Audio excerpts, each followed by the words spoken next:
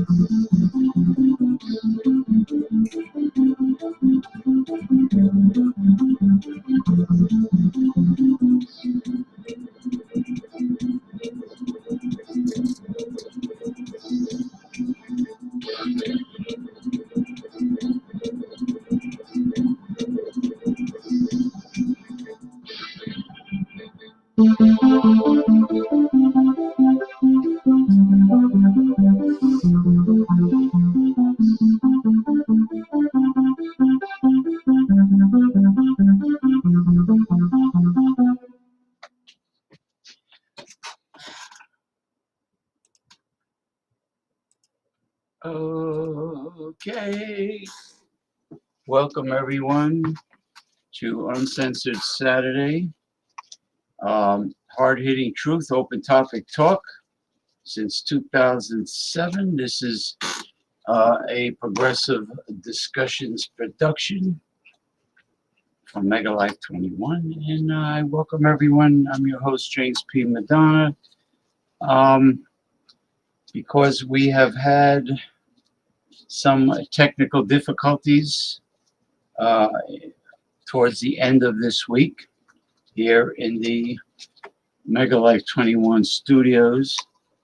I didn't get a chance to gather a huge amount of topics, but I think that we're going to do fine.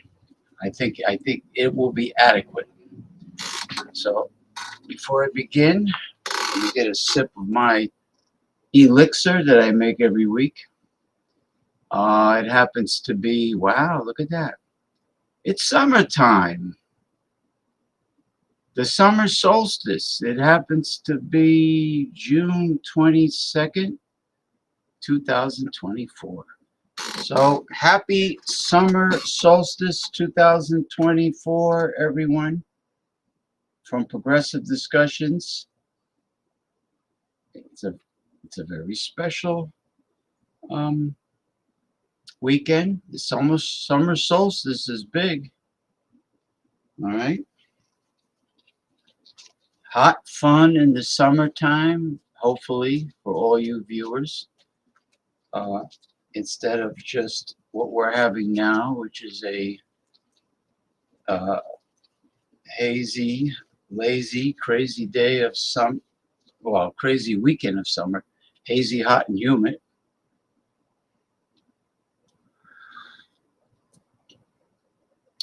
Hopefully, the New York Yankees will come to life again.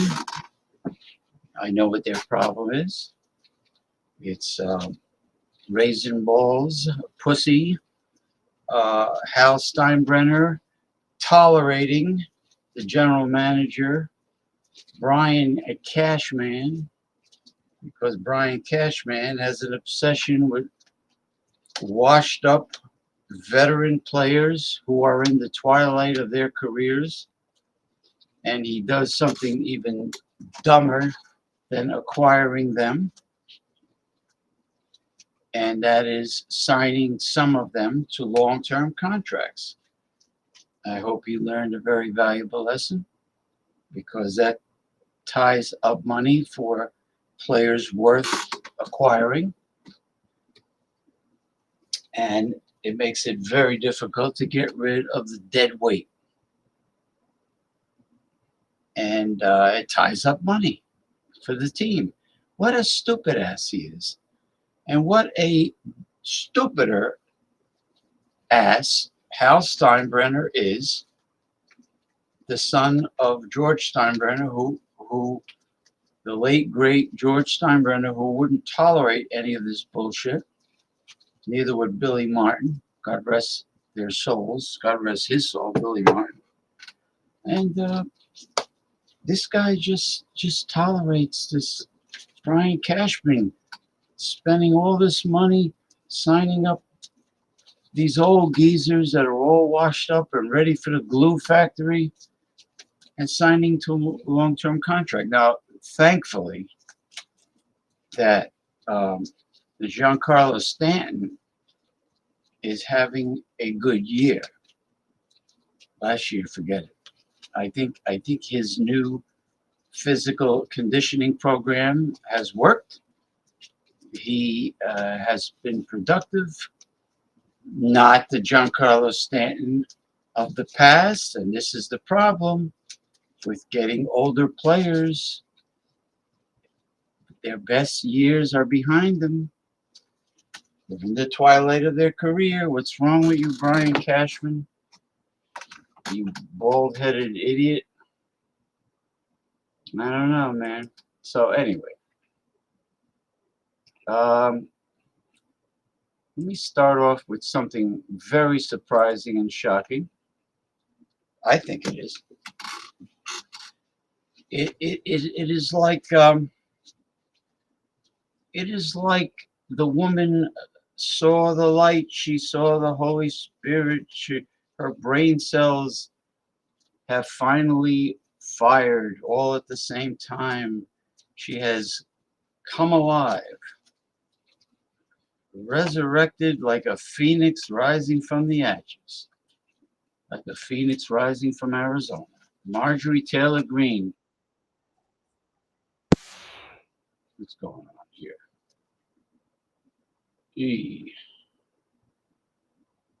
I'm going to start at the beginning. Oh, shut up. Unbelievable. What the hell is it? Let's see what we got here. All right, we'll do screen share. I don't know why these programs, there's a lot of programmers, computer programmers, that are overrated. The worst computer programmers on God's green earth or in God's universe has to be the ones that created voice to text. They're worthless, as far as I'm concerned. I mean, you can slowly pronounce the word perfectly, and they'll still post the wrong word. Unbelievable, huh? And what about the program? What about when you're typing in the exact word with the correct spelling that you want, and it changes the spelling to a different word? These geeks are overrated, especially the ones that have robbed their way to the top, like Mark Zuckerberg and uh, and the rest of them, the rest of the geeks and dorks, Bill Gates, I'm sure, Elon Musk, the dildo-headed Jeff Bezos, but Zuckerberg is the worst.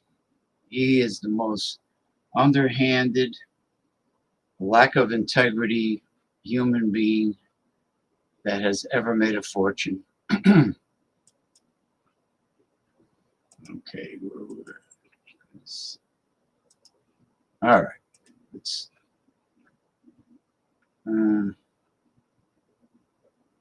Republicans across the country and many Americans in general are sick and tired and fed up with a feckless, useless Republican Party and conference that does nothing. They're completely tired of the committee hearings that do nothing, the interviews on television, these interviews right here, they are so over it. Republicans across the country and many Americans in general are sick and tired and fed up with a feckless, useless Republican Party and conference that does nothing. They're completely tired of the committee hearings that do nothing, the interviews on television, these interviews right here, they are so over it. Republicans across the country and many Americans in general are sick and tired and fed up with a feckless, useless Republican Party and conference that does nothing. They're completely tired of the committee hearings that do nothing, the interviews on television, these interviews right here, they are so over it. Okay, I played it 3 times for a reason, because I'm shocked that she finally came clean, told the truth, and spilled the beans. Okay, Marjorie Taylor Greene. Okay, now speaking of beans, I'm going to read an article about coffee beans. Not that coffee is bad. On the contrary, coffee is outstanding. Not just the smell and the flavor, but for health benefits. But this is a coffee recall. A nationwide coffee recall is here to ruin your morning with fears of a potentially deadly toxin. Ooh, that's not good at all.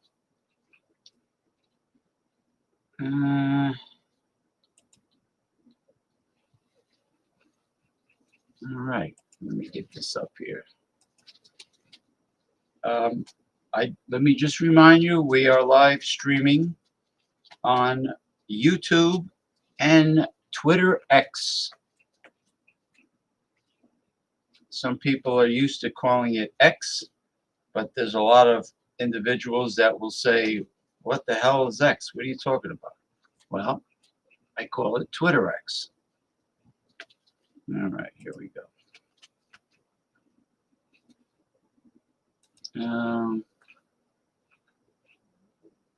Try to get rid of these ads as much as I could. There we go. A nationwide coffee recall is here to ruin your morning with fears of a potentially deadly toxin. Snapshill has recalled hundreds of coffee products sold under dozens of different coffee roaster names over concerns of botulinum. I wonder if that's related to botulism. Botulinum toxin. Here's what to know. Okay. Coffee lovers beware. Hundreds of coffee products are being recalled due to fears that they may be the perfect breeding ground for a potentially deadly toxin. I hate redundancy. The coffee products were produced by Snapchill LLC of Green Bay, Wisconsin, but are sold under dozens of different coffee roaster names. Here's what you need to know. What is the reason for the recall? Snapchill has initiated a potentially, okay, let me read this again. Snapchill has initiated a voluntary recall of hundreds of its products after they were found to potentially be harboring grounds for the toxin botulinum, which can cause botulism. There you go. A sometimes fatal form of food poisoning. According to the recall notice posted on the website of the Food and Drug Administration, the FDA, the manufacturing process used for the products led to low acid levels in the canned foods. Low acid conditions can lead to the growth and production of botulinum. According to the notice, no illnesses have been reported to date, and Snaphill says it's not aware of any products that actually contain the botulinum toxin. However, the products are being recalled out of an abundance of caution due to the possibility of botulism. Oh, okay. What is botulism? According to the Centers for Disease Control and Prevention, botulism is a toxin made by several bacteria. The toxin attacks the nerves in a person's body, which can cause muscle paralysis, troubled breathing, and death. Yee. Botulism is a medical emergency. The FDA says that constipation and abdominal distension may also be common symptoms. Symptoms of botulism can appear in as few as 6 hours after eating food that contains the botulinum toxin to as long as 2 weeks after. Wow. Stays in your body that long. The FDA says people experiencing symptoms of botulism should seek immediate medical attention. What coffee products are being recalled? There are well over 250 products being recalled by Snaphill LLC. Each product has a coffee roaster name and an additional product name. Coffee roaster names include everything from Alchemy Roasting to Wild Goose Coffee. A full list of recalled products is available as a PDF here. Okay. The FDA's recall notice says that the products were sold in a variety of metal cans, sizes that ranged in sizes from 7 ounces to 12 ounces. The affected products will have produced and distributed by Snaphill LLC, printed below the nutrition facts panel on the cans. Some products may also say Snaphill Coffee on the cans. Now, I haven't seen metal coffee cans in a very long time. Honestly, I haven't seen any. Snaphill, of course, they're not happy about the recall. Okay, let me check the PDF here. See if it opens up so we can at least mention the names. Let's see. Coffee roaster name. 41 and change. Cold coffee. Alchemy Roasting. Elixir of Life. Elixir of Life. Amavita. Manos Campesinas. Okay. Appalachia Coffee. Kentucky Black Gold. Yes. The same. This is the same company. Baba Java coffee, Ethiopian and Honduras. Bent tree coffee, squirrel blend. Bent tree coffee, autumn blend. Bent tree coffee, Colombia Sotara. Bent tree coffee, Ethiopia. Oh, by the way, Ethiopia is the was the original um, region where the coffee plant comes from. All right, Bent Tree Coffee Squirrel Blend, whatever the fuck that is. Squirrel Blend. Never heard of these companies. Big Iron Stampede Blend. Big Mouth Coffee, Nicaragua. Big Mouth Coffee, Nicholas and Angela. These are funny. Big Shoulders, Thermal Shock. Big Shoulders Coffee. BKG, Coffee Street. Black Acres, Rwanda. That's Africa. Oh, interesting. Black Nerd. What is that, Urkel? Black Nerd, Dark Matter. Black Nerd, Ethiopia. Black Nerd, The Golden Ratio. I don't think anybody who's watching this show has seen any of these coffees. Here's a coffee called Blind from Guatemala. Here's Bold Bean, the chocolate one.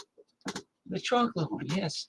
Bold Bean, the jam. Bold Bean, the OG. Bold Bean, the sweet one.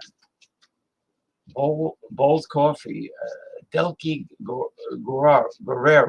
Delky Guerrero. Bold Coffee, Mass Appeal. Borealis Finca La Capilla. Brandywine, Galactic Standard. Brandywine Orbital Motion. Ooh, that sounds interesting. BRL, Dark Wave. BRL, Dark Wave again. Huh. Very interesting. Well, that's it. It's the coffee recall. Okay, and then finally, in a fascinating article called Green Hydrogen Breakthrough Swaps in Water for Iridium, which is a trace mineral. Okay, this has to do with the green energy movement.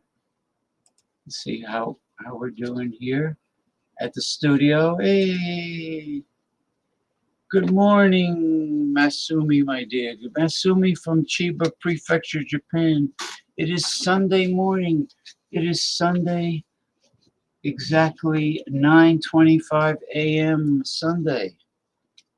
And welcome to the first day of summer, Masumi. It is the summer solstice. Yes, and I hope you are having a very pleasant morning. And thank you for stopping by, as always, Masumi from Japan. All right.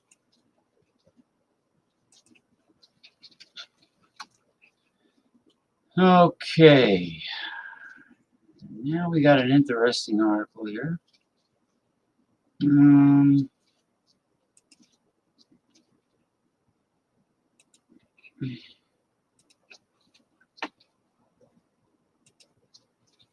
Okay.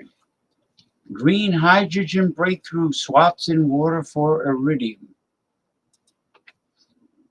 And here we have a hydrogen H2 zero emission, clean energy of the future.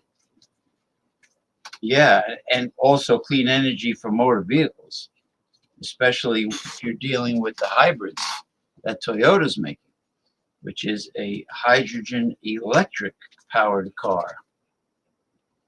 Okay, hydrogen holds the most promise when it is produced via green methods. Hydrogen shows a lot of promise as a powerful clean fuel source, as long as the process that creates it is also green. The new report shows how tough it might be to get to truly green hydrogen while a new study removes a barrier to its creation. According to a paper published today in the journal Nature Energy by researcher Kiane D. whatever, Kleiji from Radboud University and Eindhoven University of Technology in the Netherlands. The production of hydrogen more often than not leads to gains in atmospheric carbon dioxide, CO2. That's only in part because some of it comes from natural gas production. There are greener ways to produce hydrogen, such as using solar or wind to power the process that splits it off from water molecules. But D. Kleingene argues that in such cases, the carbon footprint of creating those facilities needs to be considered. So does the fact that green power is most effective in places with lots of sun and wind, like Africa or Brazil, which means that hydrogen produced here then needs to be transported to the rest of the world for use, which again raises its carbon footprint. If you look at the entire life cycle in this way, green hydrogen often, but certainly not always, leads to CO2 gains. D. Kleingene says CO2 gains are usually higher when using wind power rather than solar power. This will improve further in the future as more renewable energy will be used to manufacture the wind turbines, solar panels, and steel for the electrolyzer, for example. Aquatic elephant in the room. All right, take a drink of my elixir.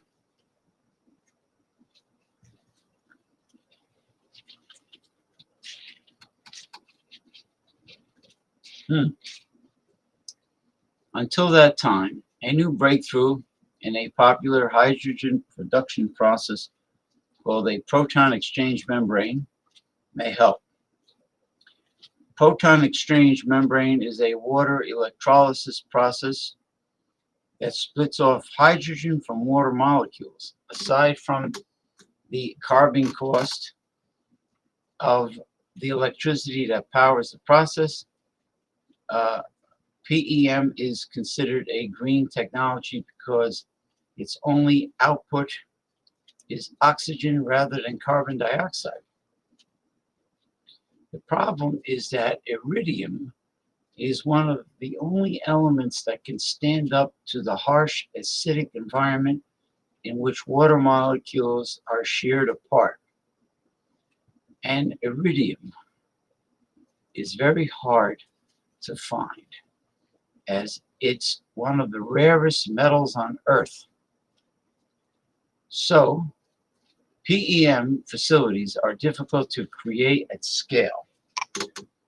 Just imagine, we're drinking water, H2O, which consists of hydrogen and oxygen. I'm drinking this tea. This tea, aside from the nutrients that are in it, and antioxidants and polyphenols and all that good stuff, and minerals, there's hydrogen that would power a truck or a car. Yet we need it for life.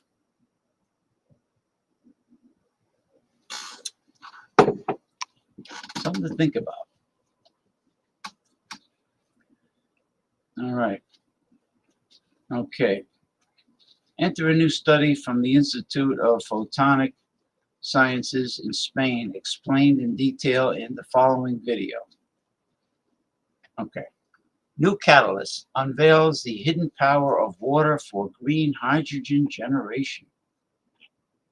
All right, without reading all this mumbo jumbo, we're We're going to watch the video. How about that? Hydrogen is one of the most promising chemical and energy vectors to decarbonize our society. One alternative to generate green hydrogen, so-called green hydrogen, is to use green, renewable, clean electricity in a process called water electrolysis to break water into water fragments, OH and proton groups, and to generate hydrogen in this way. So protein membrane water electrolyzer is very efficient. The consequences is the interface, the local pH is very acidic, and that is detrimental for the corrosion of the catalyst. One of the only elements that is stable at these conditions, very acidic, very reactive conditions, is iridium oxide. Most of the iridium oxide in this planet comes from meteorites, so it's a very rare material. In this work, we demonstrate an alternative to iridium that can perform this reaction at very realistic industrial level conditions. So we are always wondering that since water is the elephant in the room of the water splitting reaction, and how we can make a strategy of a catalyst which is stable in harsh acidic condition. Instead of focusing on changing the structure or the composition of the material itself, we thought of how can we look into the whole problem, considering also the ingredients of the reaction, let's say water and water fragments. And what we devised was a material that, by incorporating water and water fragments into its structure, becomes stable in these very demanding conditions. You can picture this catalyst as a lasagna. Okay? So the way we devised this is we have the lasagna where we remove the meat. So some of the atoms of these materials we removed in a process called an ion exchange, and we replace this meat, in this case tungsten oxide atoms from the structure of the material, and these get replaced by water and water fragments, resulting in a structure that has not been reported before.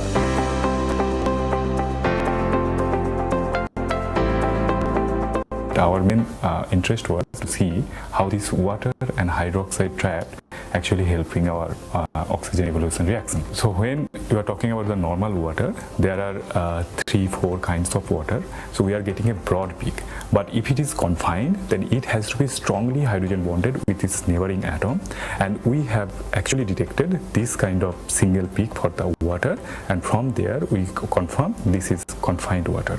Now our challenge was that how it is helping our overall performance. So for that we tried to see the interfacial water, and that was quite challenging. So we did this with silver, and we saw there is a change for our catalyst compared to our reference catalyst. To see if this catalyst can work under such application conditions. So we did at 1 ampere per square centimeter for 600 hours. This is a huge enhancement compared with the state of the art.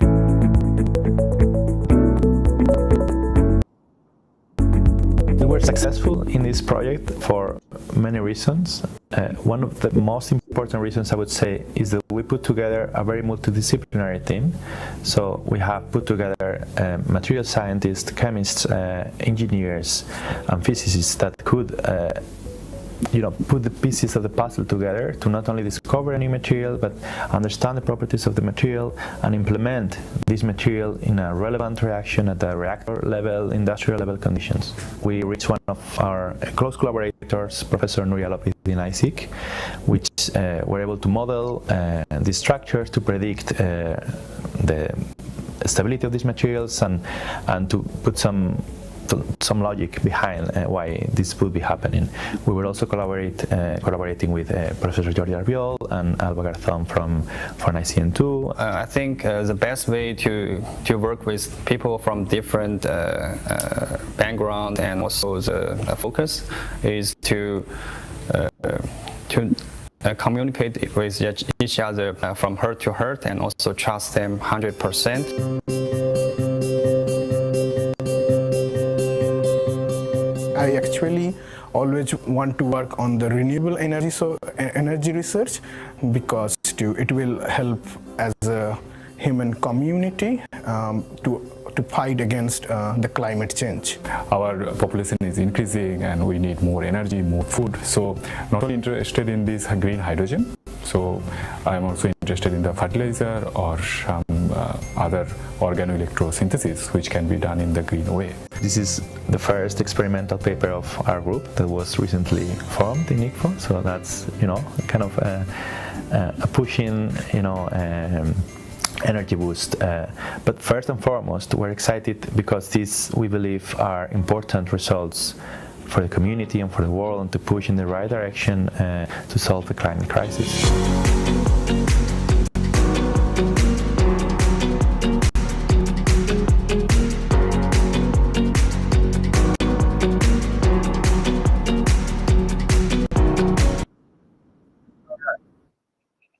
That's it. Trying to find an easy way to convert hydrogen, to separate hydrogen from water without leaving a carbon footprint, a green method. Let's see. All right, I got a backup plan. Let's see what we got here. Let me try.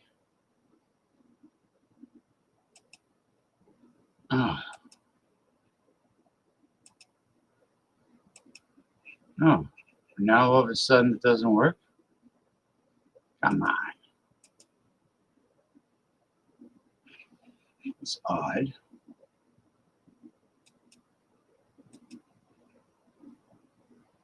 Huh. Oh, there we go.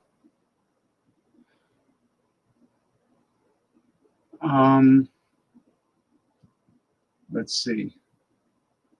Trump wants to eliminate income taxes. Really? How are you going to run a country without taxes? He's ridiculous. He's ridiculous. Let's see. Is there a video here?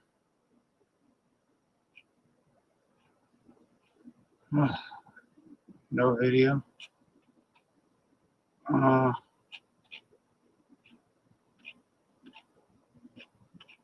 that's no good. That ain't no good, man. Let me see.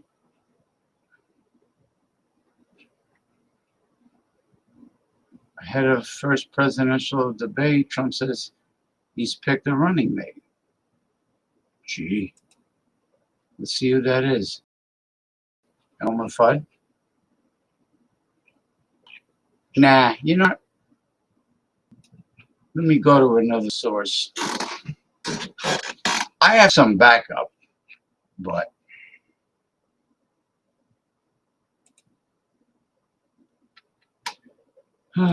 let's see. Let me entertain you. All right, we are streaming to YouTube and Twitter X. Let's see what's going on here. Okay.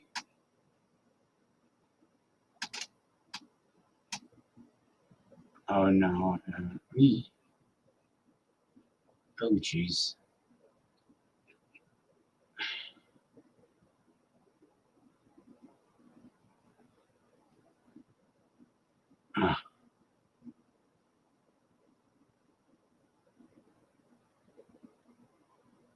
Oh good. All right, let's take a look at this.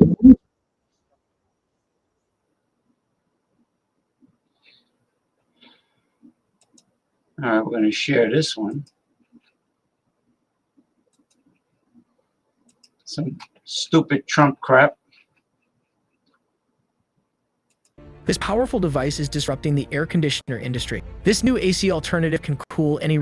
Doesn't matter if Donald Trump is in prison. Lara Trump says father-in-law will remain presidential nominee. Lara Trump has asserted that Donald Trump's potential imprisonment would have no bearing on his status as the Republican presidential nominee. As the Republican National Convention approaches in Milwaukee, where he is expected to be nominated for president, the former president's family stands firmly behind him following the hush money trial verdict. However, this support comes amidst the looming sentencing by Judge Juan Mercha, scheduled just 3 weeks before the convention. Donald Trump will remain Republican nominee, says Lara Trump. The ex-president of the United States was found guilty in a scandalous case involving adult film star Stormy Daniels. He faced 34 counts of falsifying business records in the first degree, a felony in New York. Even with the threat of imprisonment, the Republican Party shows no signs of backing down. Speaking to Real America's Voice, Trump's daughter-in-law Lara asserted that his physical presence at the convention is irrelevant and that he will accept the nomination regardless of his whereabouts. Also read, Justin Timberlake's ego crushed. Young cop unaware of his fame, album flops, trolls go wild. Lara answered host Terrence Bates's question, which was about Judge Juan Mercha potentially sentencing President Trump to prison, thereby preventing him from attending the Republican National Convention, which will happen just a few days after the court's final sentencing. A major concern. Lara stated, he will continue to be our candidate all the way to November 5th, when he is re-elected as our 47th president, as reported by Vanity Fair. Lara Trump views 34 felony convictions in positive light. The outlet then asked the spouse of Eric Trump, former U.S. President Donald Trump's third child, about the guilty verdict and its impact on the upcoming RNC convention. She claimed that her father-in-law's 34 felony convictions have been a positive for him because people see how third world and communist it is, and they do not want to see this as the future of America. However, So I guess Donald Trump, according to her, Donald Trump should be above the law because his followers say so. They should be above the law. But if it was you and I, they would lock us up and throw away the key.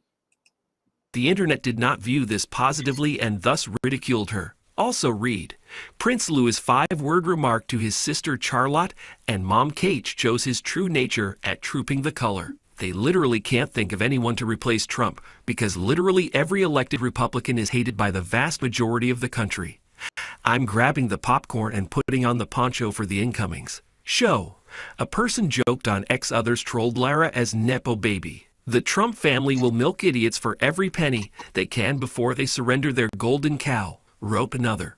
Will Donald Trump face jail time? With each passing day, this question is becoming more pressing. Recent reports state that the former POTUS himself has grown increasingly concerned. According to the report, he has been asking his friends and aides about what prison might be like and where he might be sent. However, while many think he probably won't face jail time, not everyone agrees.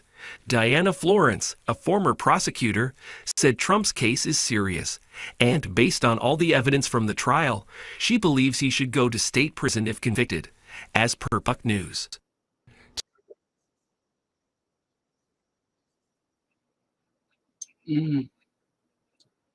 Okay, what's this?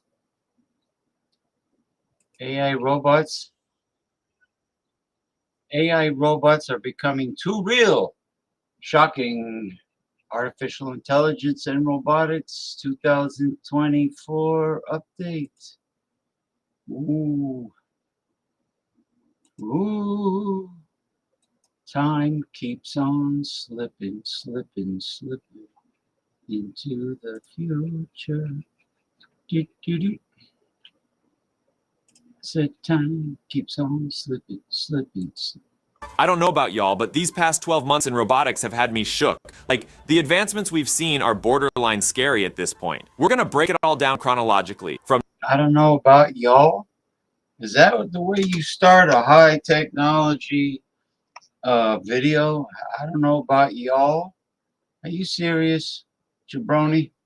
From July 2023 to now. But let me just set the stage real quick. You had AI companies dropping the craziest humanoid AI robots that are legit starting to think and learn autonomously. I'm talking a Mecha, Optimus, this whole new breed of androids. Then you had big dogs like Boston Dynamics. Oh, and get this. There's even a company that's low-key created a robotic body ready for freaking AGI. It's been that level of crazy, and honestly it's been wild just trying to keep up with all the major updates and breakthroughs, but don't worry, I got you covered. In this video we're gonna take it step by step, going through all the biggest robotics news chronologically from July 2023 until now, so let's just get started.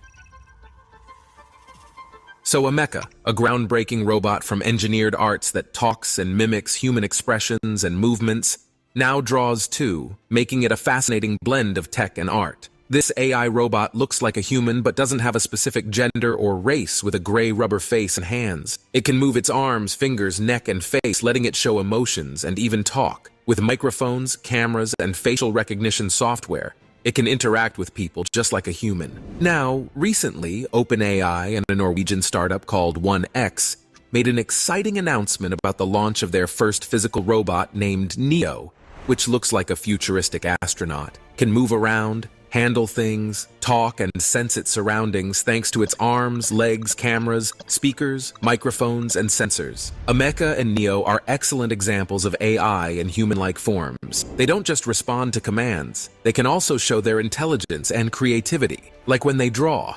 Let's examine how they manage to do this. So first, let's talk about Ameca, one of the most advanced human-shaped robots in the world, representing the forefront of human robotics technology. It is designed specifically as a platform for development into future robotics technologies, such as artificial intelligence and machine learning. One of the most impressive features of Ameca is its realistic human-like appearance and motion. Ameca. What if you could upload one mini AI-written ebook onto Amazon that could replace your income and change your life forever? Let me show you how to can mimic human expressions such as smiling, frowning, or winking, using 24 motors in its face. It can also move its head, eyes, and mouth to follow and engage with people. It can speak in different languages and accents using text-to-speech synthesis or pre-recorded audio. It can also gesture with its arms and hands using 20 motors in each arm and 12 motors in each hand. It can even play rock, paper, scissors or give a thumbs up. But Ameca is not just a pretty face. It also has a high degree of dexterity and fine motor skills, which enable it to perform tasks that require precision and coordination. For example, Ameca can write with a pen, type on a keyboard, play the piano, or solve a Rubik's Cube. It can also draw with a pencil, which is one of its newest. Why don't you give it legs for it to walk around? Oh, unbelievable. And most amazing skills.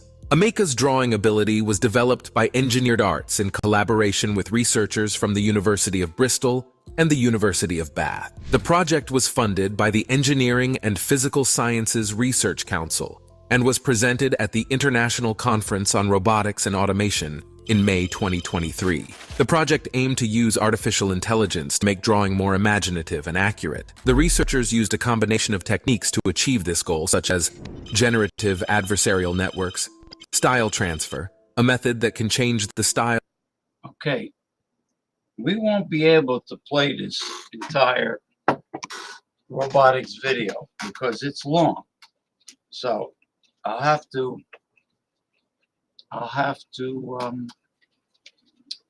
play it in parts. Of one picture to match another, like making a photo seem like a painting. Inverse kinematics, a technique for determining the movements of a robot arm based on its intended final position, like holding a pencil.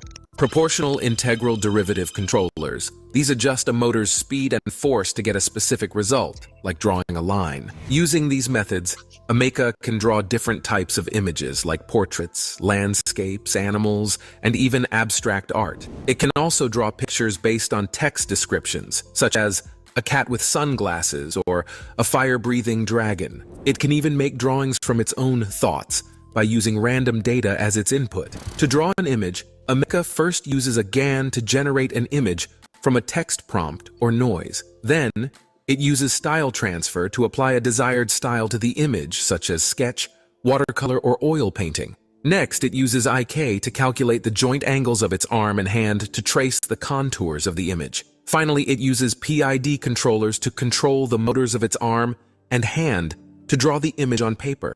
The result is stunning. Ameca can draw images that are not only realistic but also expressive, diverse, and original. Now, most of us are familiar with OpenAI because of ChatGPT. However, OpenAI isn't just about making software, they also focus on hardware. And that's why they have developed Neo, their first physical robot. Neo is a human-like robot powered by OpenAI's systems such as GPT-4, DALL-E, Codex, and Clip. It can learn, understand commands, and even create images or code. Designed to look like a future astronaut, it can move, handle objects, and communicate. OpenAI plans to use Neo as a testbed for their vision of artificial general intelligence, AGI, which is the ultimate goal of creating AI that can perform any task that a human can. It was unveiled in July 2023 at the Neo Accelerator, a startup accelerator founded by Silicon Valley investor Ali Partovi, which partnered with OpenAI and Microsoft to provide free software and mentorship for budding AI companies. And it was one of the highlights of the event, where it demonstrated some of its abilities and tasks. Neo is one of the most innovative and ambitious robots in the world, representing OpenAI's vision for the future of AI and robotics. It has a customizable design and latest tech features. Its parts can be changed based on the task or place. For instance, it can swap its legs for wheels or its gripping tools depending on what's needed. It can also interact with its parts wirelessly through Bluetooth or Wi-Fi. Furthermore, Neo uses OpenAI's AI systems like GPT-4, DALL-E, Codex, and Clip that enable it to understand and respond to spoken commands, create realistic images from text, write functional code from spoken prompts, and learn from text-based guidance to identify objects, faces, and feelings. With these abilities, Neo can perform a variety of tasks, such as drawing, playing games, and solving puzzles. For instance, it can draw pictures, learn and play games like chess, and solve logical puzzles like Sudoku. Ameca and Neo are both humanoid robots that can draw and do amazing things using artificial intelligence, but they are also very different in many ways. They represent different approaches and possibilities in the field of robotics and AI. Ameca is designed to be human-like and interacts with people using normal language and movements. Its art comes from turning words or noise into images, which it then draws on paper. Although Ameca's artwork is unique and expressive, the quality depends on how well the images are generated and traced. On the other hand, Neo is designed to be versatile, able to do any human task using artificial intelligence. It makes art by transforming words or noise into code, which it then runs on its internal computer or screen. While Neo's drawings are accurate and realistic, they're limited by the complexity of the code and the display resolution. Both robots are remarkable but have different goals. Ameca aims to express itself through art, valuing creativity and diversity. Meanwhile, Neo wants to learn and improve its abilities, prioritizing intelligence and efficiency. While both robots are impressive, they bring up societal questions and challenges. AI robots like Ameca and Neo can bring lots of changes to society, some good and some bad. They can make learning and entertainment more exciting, help us with tough or boring jobs, and spark new creative ideas, but they also have their downsides. They might take over some people's jobs, question the importance of human values, or even harm us if they malfunction or are used wrongly. It's important that we design and use these robots properly so they benefit us and don't cause harm. Why does Wi-Fi only seem to work in this room? You need Verizon Home Internet. How did... Oh, I let myself in. Get fast, reliable coverage in every room. Then you can watch your shows in here.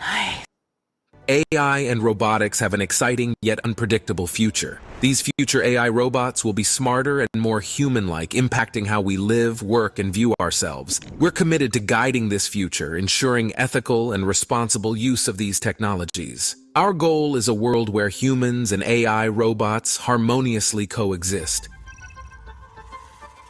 All right, now let's talk about China's latest craze, human-like AI robots. So China is creating robots that look and act like us, but better apparently. First, let me introduce you to EX Robots, a company that specializes in making robots with real-time facial replication. That means they can copy your expressions and emotions in a blink of an eye. The CEO of EX Robots, Li Boyang, demonstrated this by making faces at a robot, who then mirrored them back at him. It was like watching a weird game of Simon Says, but with more wrinkles and less fun. X Robots claims that their robots can interact naturally with humans, thanks to AI and language models. They say they can understand what you say and respond accordingly. But what if I said, "Looking like a melted waxwork there, buddy"? Would they cry oily tears or just serve up some epic robo-repartee? I guess we'll have to wait and see. The technology behind these lifelike expressions is quite impressive, though. X Robots uses movable electric units on the robotic faces, which can simulate different muscles and movements. They also have a specialized system for generating expressions either by using predefined scenarios or by collecting biological data from human faces. So basically, they can steal your smile and use it for themselves. How creepy is that? But facial expressions are not the only thing these robots can do. They can also perform various tasks and abilities that require skill and finesse. For example, there was a barista robot that could create latte art with precision and flair. It could draw anything from hearts to flowers to pandas on your coffee foam. I have to admit, that's pretty cool. There were also humanoid robots that could play basketball and dance like pros. They could dribble, shoot, pass, and dunk with ease. They could also groove to the music and execute complex choreographies with grace. They were powered by AI foundation models, which enable them to learn from data and improve their performance over time. They also have increased autonomic decision-making abilities, which means they can adapt to different situations and environments. These robots aren't just cool toys, they're seriously clever. For instance, there's this adorable panda robot named Yu by Ubtech. If you say, "I'm thirsty," it won't just look cute. It'll actually go get a drink from the fridge for you, even open the bottle and hand it to you. Then there's Cloud Ginger by Data Robotics. This guy is hooked up to the cloud and runs on Robot GPT, which is a special robot language-making model. What's cool is that Cloud Ginger can groove to traditional Chinese dances and chat with folks in different ways. Plus, if you speak a different language or have a special dialect, no worries. It can switch up and chat right back in your preferred language. But they are also more than just playthings for those into gadgets and gizmos.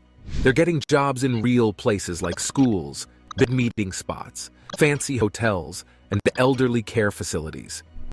EX Robots even says their robots can do the heavy lifting in different jobs, like cleaning up, keeping an eye on things, delivering stuff, and checking things out. Honestly, this is just them getting started.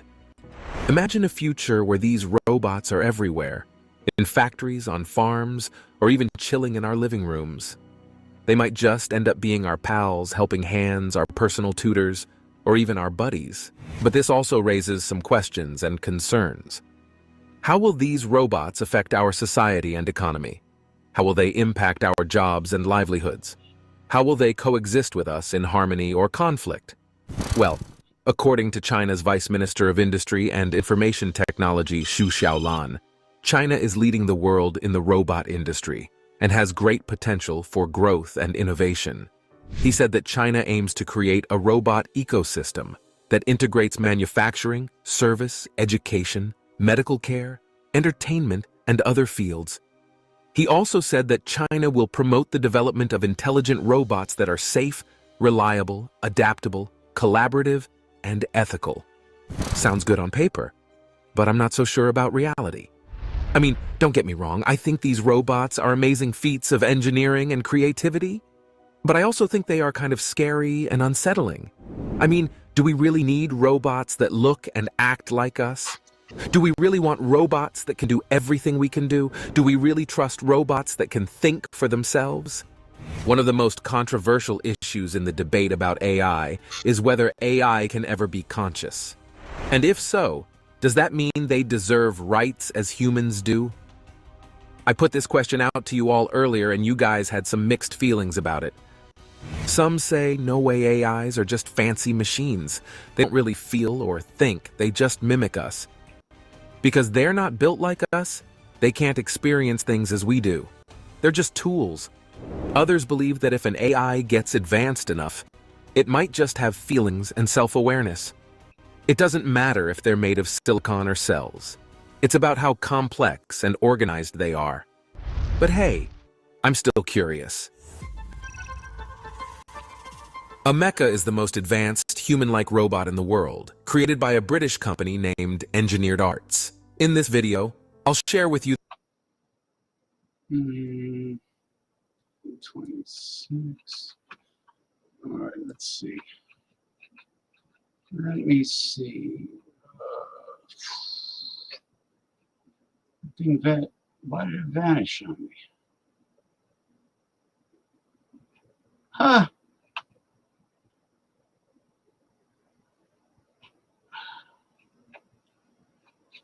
It vanished on me. Well, you got the gist of it anyway. I know they were repeating. It's like they were going. Hold on. Like they were discussing America all over again. You know, what's this one?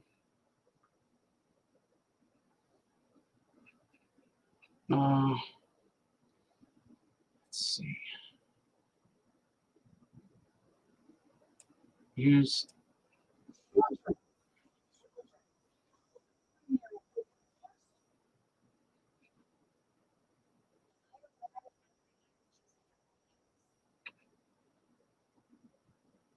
Marjorie Taylor Greene.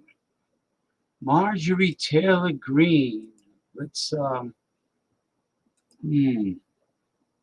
let's do this one for the road. Hello, Western Mike. Howdy doody. Western Mike says howdy doody. Howdy doody to you too. I enjoyed myself on your show. Thank you for having me. Let's see.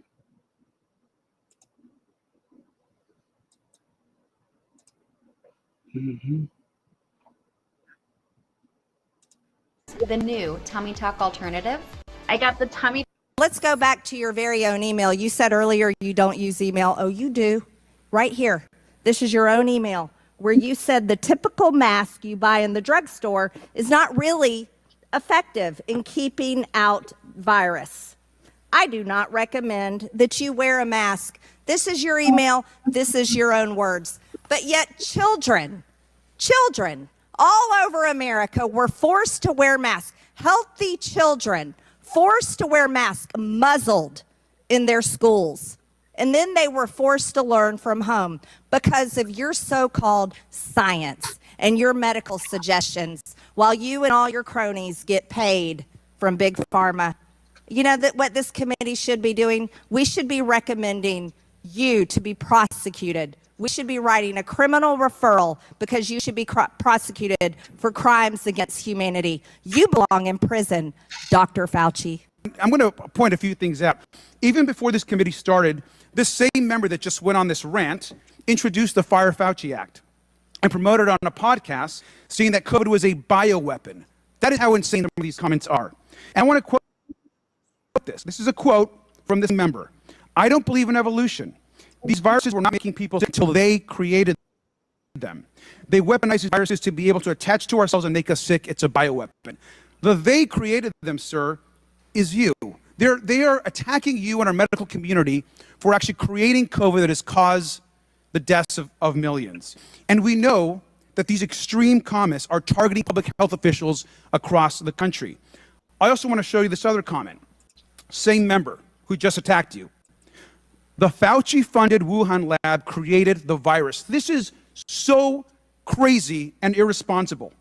In this post, the same member of this committee is accusing you of orchestrating a global conspiracy to create COVID on purpose just to make people get vaccines. That you've done this, sir. The same member routinely promotes complete misinformation about vaccines and actually has encouraged the routine prevention of vaccinations that even eliminate diseases like the measles. I now recognize Ms. Green from Georgia for 5 minutes of questions. Thank you, Mr. Chairman. Mr. Fauci, you were quoted on CBS Face the Nation saying it's easy to criticize, but they're really criticizing science because I represent science. Do you represent science, Mr. Fauci? I am a scientist who uses the scientific method to gain information. Yes, you said you represent science. Do you represent science, Mr. Fauci? Yes Again, or no? Yes or no? No, that's not a yes or no answer. Yes, it's a yes or no. I don't think it is. Okay, well, we'll take that as a you don't know what you represent. Oh, But this, as director of the NIH, you did sign off on these so-called scientific experiments. And as a dog lover, I want to tell you this is disgusting and evil, what you signed off on, and these experiments that happened to beagles paid for by the American taxpayer. And I want you to know Americans don't pay their taxes for animals to be tortured like this. So the type of science that you are representing, Mr. Fauci, is abhorrent, and it needs to stop. Mr. Fauci, you also represent the type of science where you confess that you made up the COVID rules, including I didn't hear what you 6 said. feet social distancing and masking of children. I never said I made anything up. You admitted that you made it up. You I made it didn't up say as you went. I made it up. So are you saying this is fake news, Mr. Fauci? I didn't say I made anything up. What did you say? I said that it is not based in science and it just appeared. But this is science. What does dogs have to do with anything that we're talking about today? These are scientific experiments. This is what you signed off on. But you also told the American people they had to distance by 6 feet. They had to wear masks. But let's also talk a little bit further about the type of science that you represent. NIH scientists made $710 million in royalties from drug makers, a fact that's been hidden. Let's talk about the fact about, is it right for scientists and doctors getting paid by the American people, government taxpayer paychecks, to get patents where they're paid millions and hundreds of millions of dollars in royalty fees, especially when the NIH and these government agencies, most powerful agencies in our country, are recommending medical suggestions and advice and making up guidelines like 6 feet distancing and masking of children. Do you think that's appropriate? Do the American people deserve to be abused like that, Mr. Fauci? Because you're not doctor, you're Mr. Fauci in my few minutes. No, I don't need your answer. I want to talk about this right here. Mr. Chairman, Fauci, objection. I reclaim my Mr. Chairman, time. objection. I reclaim my time. I reclaim my time, Mr. Raskin. Gentlelady will suspend. Mr. Chairman, of order. Just in terms of the rules of decorum, are we allowed to deny that a doctor is a doctor just because we don't want him to be a doctor? Yes, because in my time, that man does not deserve to have a license. As a matter of fact, it should be revoked, and he belongs in Gentlelady will prison. suspend. And the gentlelady should recognize the doctor as a doctor. Thank you. Mr. Chairman, is this what we have become? Is this what we have devolved into? No decorum. You know what? We can do that hearing about the poor men that were injected with syphilis, because I support you in that. That's horrific. And this government that does things like that to Americans doesn't have decorum to the American Mr. people. Chairman, Gentleman is out of point of regular order, please. The gentleman is out of order. Decorum. I recognize the point of order. Go ahead with your point of order. You got it. No, I mean, I was going to say what Representative Raskin said. That's completely unacceptable to be able to deny Dr. Fauci, who's here, a respected member of the medical community, his title. And that's actually a personal attack on his character. And I have instructed her. He's not respected. And I've instructed her to address him as doctor. I'm not Gentlelady addressing shall him as continue. doctor. Let's talk about Mr. Chairman, this. I I'm would move reclaiming that the my woman's time. I'm reclaiming my time. Words get taken I'm down. reclaiming my time. Second that. Point of order. Suspend. A member can only move to have words. I'm sorry. The issues we are debating are important ones that members feel deeply about. And while vigorous disagreement is part of the legislative process, as I said at the beginning, members are reminded that we must adhere to established standards of decorum in debate. This is a reminder that it is a violation of House rules and the rules of this committee to engage in personalities regarding other members or to question the motives of a colleague. Remarks of that type are not permitted by the rules and are not in keeping with the best traditions of our committee. The chair will enforce these rules of decorum at all times and urges all members to be mindful of their remarks. Does the gentleman from California have anything further? Well, we should take her words down. Yeah, I offered that her words be taken down, Mr. Chairman. Point of order, Mr. Chairman. Mr. Chairman, I'd like to make a point of order. Mr. Because Griffin they is accused us Mr. of Griffin is worshiping Gentlelady President Trump. We don't worship President Trump. Gentlelady will suspend. I now recognize Mr. Garcia from California for 5 minutes of questions. Thank you, Mr. Chairman. Dr. Fauci, I am so sorry you had to sit through that. That was completely irresponsible. Quite frankly, we're hearing, this might be the most insane hearing I've actually attended. I've only been in Congress for a year and a half, but I am so sorry that you are subjected to those level of attacks and insanity. Your quote-unquote so-called science that the gentlewoman is referring to has saved millions of lives in this country and around the world. And I want to thank you for that. I also think it's important to note that, in my opinion, is that you are an American hero and your team has done more to save lives than all 435 body on both sides of the aisle. You guys have worked not just during this pandemic, but over time to save millions of lives in this country and across the world. We lost 1.1 million American lives. 1.1 million American lives, 7 million lives around the world. We were having 9/11-like events, death events daily in this country, losing 4,000, 5,000 people every single day. I was mayor during the time of the pandemic. I remember how painful it was to close businesses, to shut down schools, but how quickly we forget the pain and how scared we were as a country.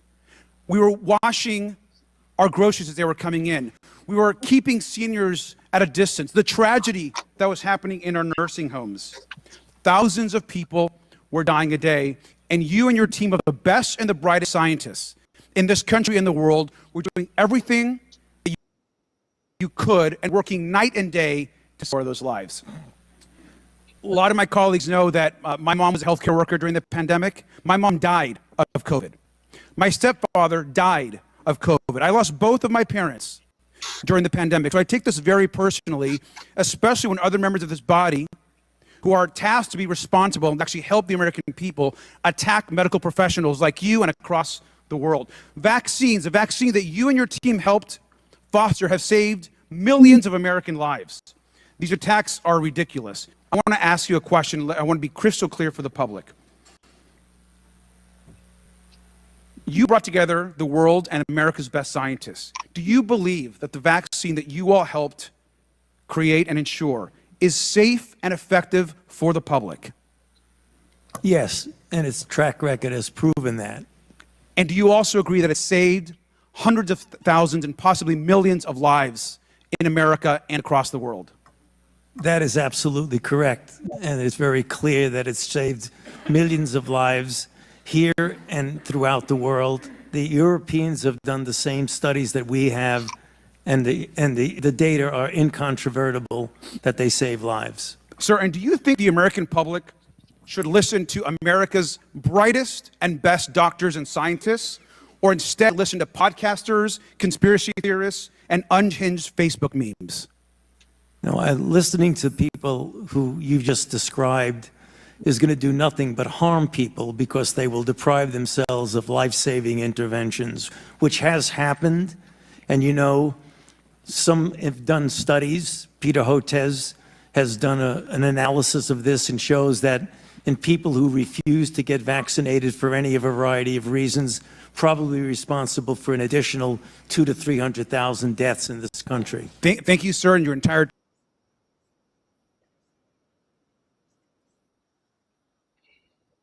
Okay. Okay, that's enough. That's enough for her. The dynamic dissenter Damian Owens will be on shortly. I just want to play this. It talks about single mom is demanding.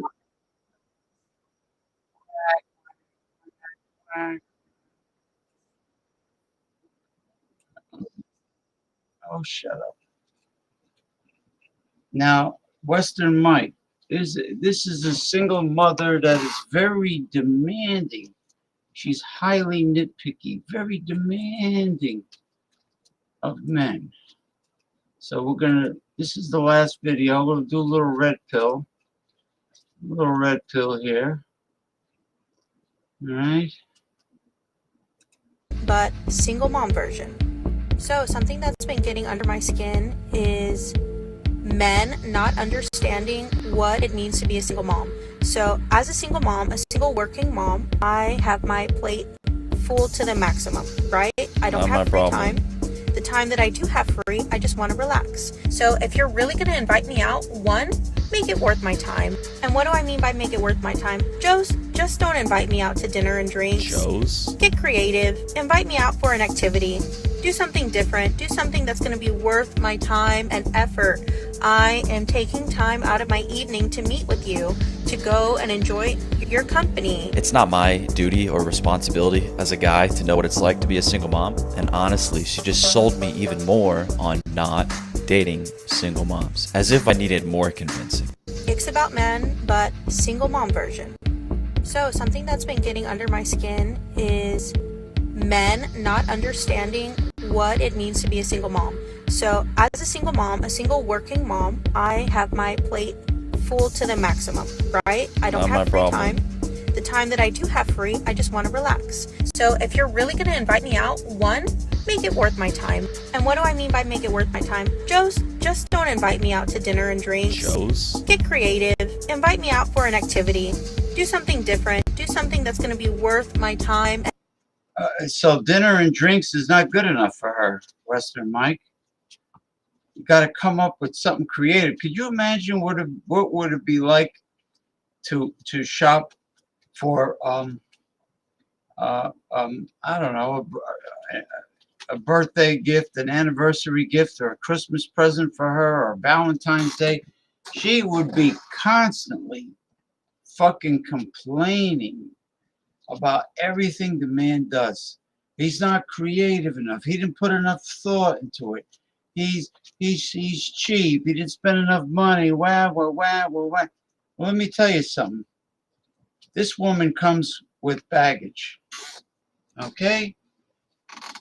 Her sexual market value has diminished quite a bit. She's in no position to be this nitpicky and demanding in her situation. And effort.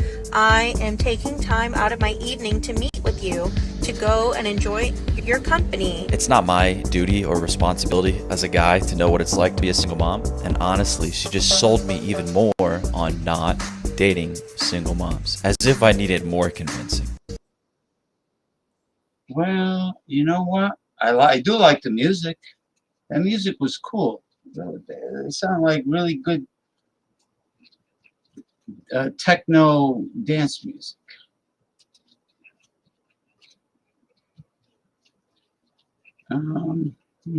Wonder how long this one is. Let's see. Did she share it? No, not yet.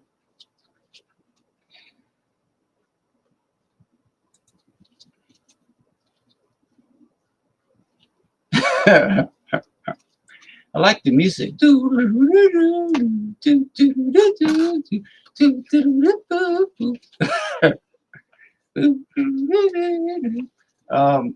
right, where was I?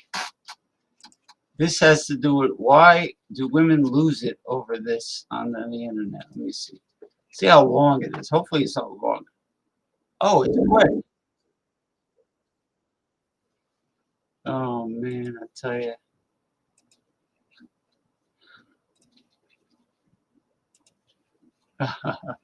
Okay, Western Mike. This is Not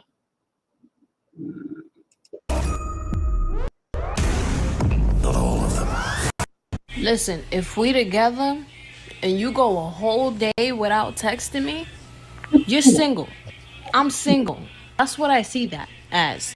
Because if you can go hours and hours and hours, a whole day without asking me if I'm okay, asking me if I ate, asking me if you want to chill, you are single. I don't want to hear, oh, I was busy, I was this. There are prisoners out there that make TikToks and I can't get a text back. You fucking lost me. My God, do women need attention? Some of these women, they have this sense of panic, like terror that comes over them when they spend some time by themselves.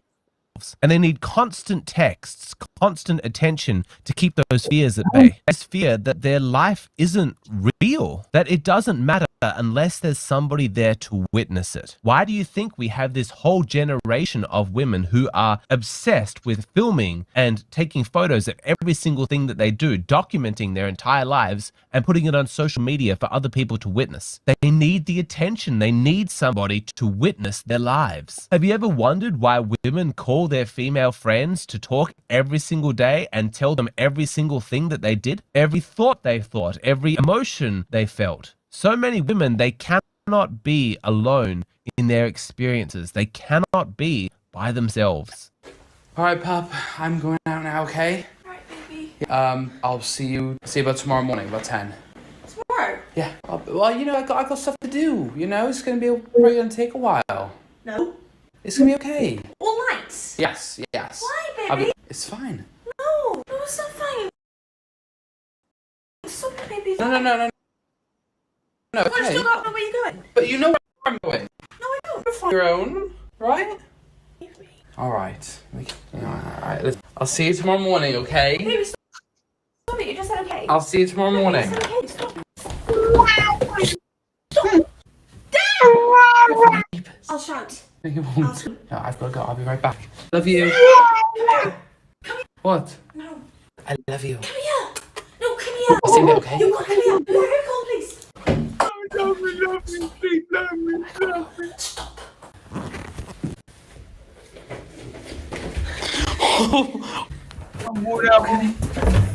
See, men, they don't understand this about women because we are wired differently. For lots of men, they crave some alone time. They can't think of anything better. Grabbing their fishing rod, heading into the mountains, just sitting by a stream and being totally alone with their thoughts. Or better yet, just not think at all. That might sound like heaven to a man, but to a woman, it sounds like hell. But think of this from an evolutionary point of view, because from a man, he has a lot of biological incentives to be by himself. That's when he can be thriving, achieving, contributing to the tribe. He can be out hunting and bringing home meat. He can be scouting, protecting the people he loves from potential enemies. He can be exploring, finding new... Bringing home meat. Yeah, that was the girl. He brought her home. She's the meat. Yeah, you know what? There's something to be said about just meditating and not thinking about anything. Just clear your mind. Western Mike, just meditate. Just sit in a quiet apartment or house with no negativity on TV, no news, no nothing, no social media. New lands to live in, to hunt. Given the traditional tasks that were assigned to men through the course of our evolution, it makes sense that we enjoy spending time by ourselves. We have a certain pleasure that we take in alone time because typically that would correspond with achievement. But for women, back at camp, always around the other sisters of the tribe, they would spend no time alone. If they ever were by themselves, it's true. It was usually because of a punishment. This is one of the reasons why women are so much more socially attuned than men. Yeah, so here he is, the one and only dissenter, dynamic dissenter Damien Owens. Yes, who is over here in the car watching some sort of disturbance go on right over there. So that's why there's a cop car. So there's a cop car there, and there's like two other cops over here. So I don't know what the hell's going on, but they're obviously fighting over something. I don't know if it's just like some sort of domestic dispute or something, but they're pretty damn loud and obnoxious. So I best just go ahead and just get on out of here. Yeah, just hightail it out of there. Whether it be domestic or whether it be Mr. or Mrs. Karen carrying, taking a tantrum, just hightail it. But yeah, 3 cop cars on a Saturday night. Oh, good Lord. Saturday night. And this is the good Walmart. Now, if this was like West End Walmart, that's not uncommon. But here on the good Walmart, you don't see that. Yeah, because more educated people shop at the better Walmart. I mean, more like, they're not dysfunctional. Yeah. Well, Dissenter Damien has finished his Saturday night special duties, and he is headed for the center, Damien, main headquarters, the studio, the production studio, Yes. where he has his frosty cold beverages and snacks. Yes. I'm taking a look down the road to see how much gas is. See if I need to get some gas. And nah, I'd say probably tomorrow night I'll have to stop and get gas. But looks like down here at Murphy's, looks like it's $2.89. So not bad, but I know I can get it cheaper. Murphy's. Now you know that concept of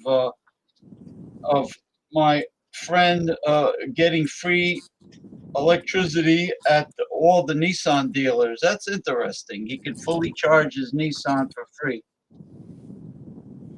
I'm trying to think, do we have a Nissan dealership around here? I think we do. I'm just trying to think of where it would be. Oh yeah, we do have a Nissan dealership. It's on East End, and it's also with the Mitsubishi dealership, I think.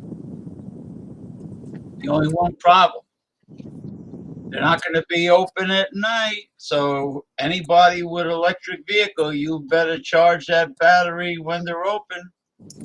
Yeah, and I have actually seen some people like jerry rig a very interesting homemade adapter to charge these electric cars. That what I saw was he had a 3-prong extension cord coming out of the house and then into the Tesla for it to charge. So Oh yeah, I was gonna say homeowners could very easily hook up an adapter for that. Yeah, I just don't know how much his electric bill would be. Well, what about the outlet that's on the front porch that houses usually have outside? You know, it depends upon where you live. Like if you're out in the country, yeah, a lot of times they will have charging ports on the front. But if you live somewhere in the city and someone can come along and try to plug stuff in, typically you don't see that on homes or townhouses or apartments in the city. It's more out in the county. yeah, in the suburbs, the homes have an electrical outlet, usually in the back of the house or the front, if there's a porch. And not apartments, no. But you know, homeowners have that luxury of doing that. So, but they are. I played a video where the scientists in Europe are very close to have a totally green, no carbon footprint way of separating hydrogen from water. And yeah, because they don't want to mass produce the hydrogen using means where the electricity is produced by fossil fuels. You know, they want to. They said that wind generated electricity. Well, they should have mentioned hydroelectric, because I was telling Western Mike on his show earlier that they have these buoys that were invented by German scientists that bob in the surf. I mean, when the ocean gets choppy, which is usually after 12, you know, in the afternoon, after 12 noon, it starts to get rough, and the more violently they bob. I know it looks suggestive, but the more vigorously they bob, the more electricity is produced, like the shake weight. Oh, not the shake weight. Yeah, the shake weight. Now the shake weight. South Park had a really good satire of the shake weight, and it was funny as hell. But yeah, well, you switch arms, and you have to switch arms, otherwise one arm would be more developed than the other. And yeah, what the hell they call that? Not isometrics, isokinetics, or They make up. I'm sure Madison Avenue makes up all kinds of bullshit. Oh, let's do an infomercial of a device that looks like somebody's masturbating and call it the shake weight. Or when Jaguar thought it was going to be a really good idea to call one of their exclusive models the Growler. Why was every exercise device that was invented by someone that they called the trainer to the stars? How many trainers to the stars were there? There were like so many of them. I have no idea. I don't know. But for those of you who don't know what the Growler is. The Growler? Yeah, the Growler. So that sounds like a beer a container. Well, that's the modern context, but you might want to hit up Urban Dictionary to find out what a growler is. It's not a beer container. So for those of you who are curious and don't want to look it up yourselves, you know how back in the 70s there was the women's natural movement, and you would unzip the bell bottoms and take a look in the panties, and there was a big welcome mat? Yeah, those were called the growler. Oh, you mean it had to do with the apparel of the times, the style? Yes. So I have made all sorts of jokes about the Growler. So when it came out, it was an exclusive model, and it was only a 2-seater, so it's obvious you couldn't get in the back. Oh. Ugh. And there was no trimmed down model for the Brazilian market, so yeah, there was that. I'm sorry. It's called the Growler. I just can't get that image out of my head. I just can't undo those jokes. The Growler. Well, I asked Masumi about the van, and she's never driven one. The only thing she's used to driving is the Crown, which is looks like a big Camry, like a Camry, but bigger or more powerful.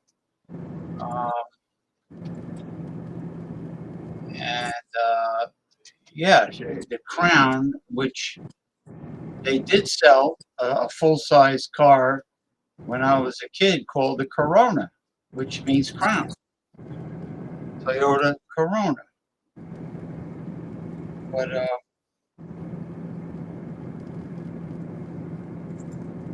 you can't really go wrong with any vehicle coming out of South Korea or Japan. You really can't go wrong. Right. That's why I was looking to import, because right now car prices are not good here in America. So I found some online for a very reasonable price, and they actually have quite a few to choose from. So I'm looking at either getting a Honda Acti or a Subaru Sambar for the van. And with current U.S. import laws, that if you want to make it as hassle-free as possible, that it's going to have to be at least 25 years or older.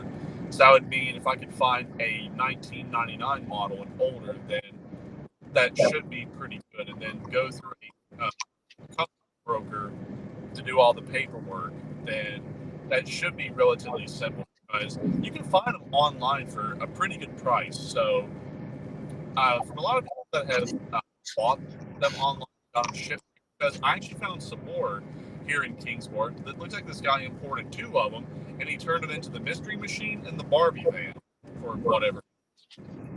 So, did you know that in the late 70s into the early 80s, the Cadillac Coupe de Ville, brand new, only was like under 15,000. It was like it was under 15 grand for a fully loaded Coupe de Ville with the real high leather seats. Yeah, yeah. And then there was the Cadillac Eldorado Custom Biarritz, which had the little windows in the back seat. You had these little windows and a lot of room, but but also a heavy car, front wheel drive, very heavy, big engine. And yeah, that's how much they were, you know. And then all of a sudden, now I bet a subcompact is more than 15 grand. Depends upon where you look, but yeah, they were pretty cool cars back in the day, but they were very underpowered. So what they would do is they would take these massive big block V8, and when you look at the size of these things, if you were to pop the hood and look under, you'd be like, yep, there's something to fit 2 big blocks. So what they would do is they'd throw in like a GM 454 big block. So the 454 big block would equate to like a 7.4 liter V8. And in some cases, they even threw in a massive 8.1 liter V8. But you would think that beast of an engine would have a lot of horsepower. No, because of all of the strict regulations in the 70s, they would only produce like at most 200 horsepower. Yeah, in those days you had the Lincoln Mark IV, 2-seater Lincoln Continental Mark IV, Mark V, whatever. Yeah. I had one, and I had a lot of problems with the damn carburetor on that. It was a Windsor carburetor. And you say the choke would get stuck. It wouldn't open up when it was supposed to open up, and yeah, it was really very defective carburetor. Yeah, but now want a good one. If people still have carbureted cars and they want to still switch it to a better carburetor, trying to switch it to fuel injection, then Elderbrock, they make some really good carburetors. And another thing you can also do with a carburetor that you really can't do with fuel injection is they're much easier to tune, so you can get more horsepower or more performance, or you can actually tune them to get better gas mileage. With fuel injection, You know what? Yeah, go ahead. With the fuel injection, you have to tune the computer. That's why if you were to modify an exhaust system on a vehicle that's got a carburetor, you can just rejet a carburetor and adjust it to however you like, and it will run perfectly. Now, on a fuel injected car with a computer, if you do like a muffler swap, to just swap out the muffler for something freer flowing, it's going to be okay.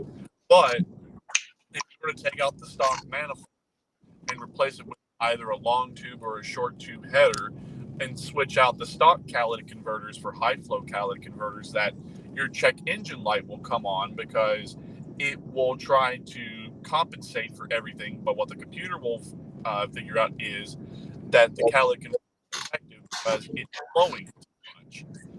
But I mean, that's why sometimes if you see like an import to where they have those really free flowing exhaust systems on it, and whenever they let off the gas and there's like a pop or it doesn't sound right, it's because they've done all that stuff to it and they've not tuned the computer.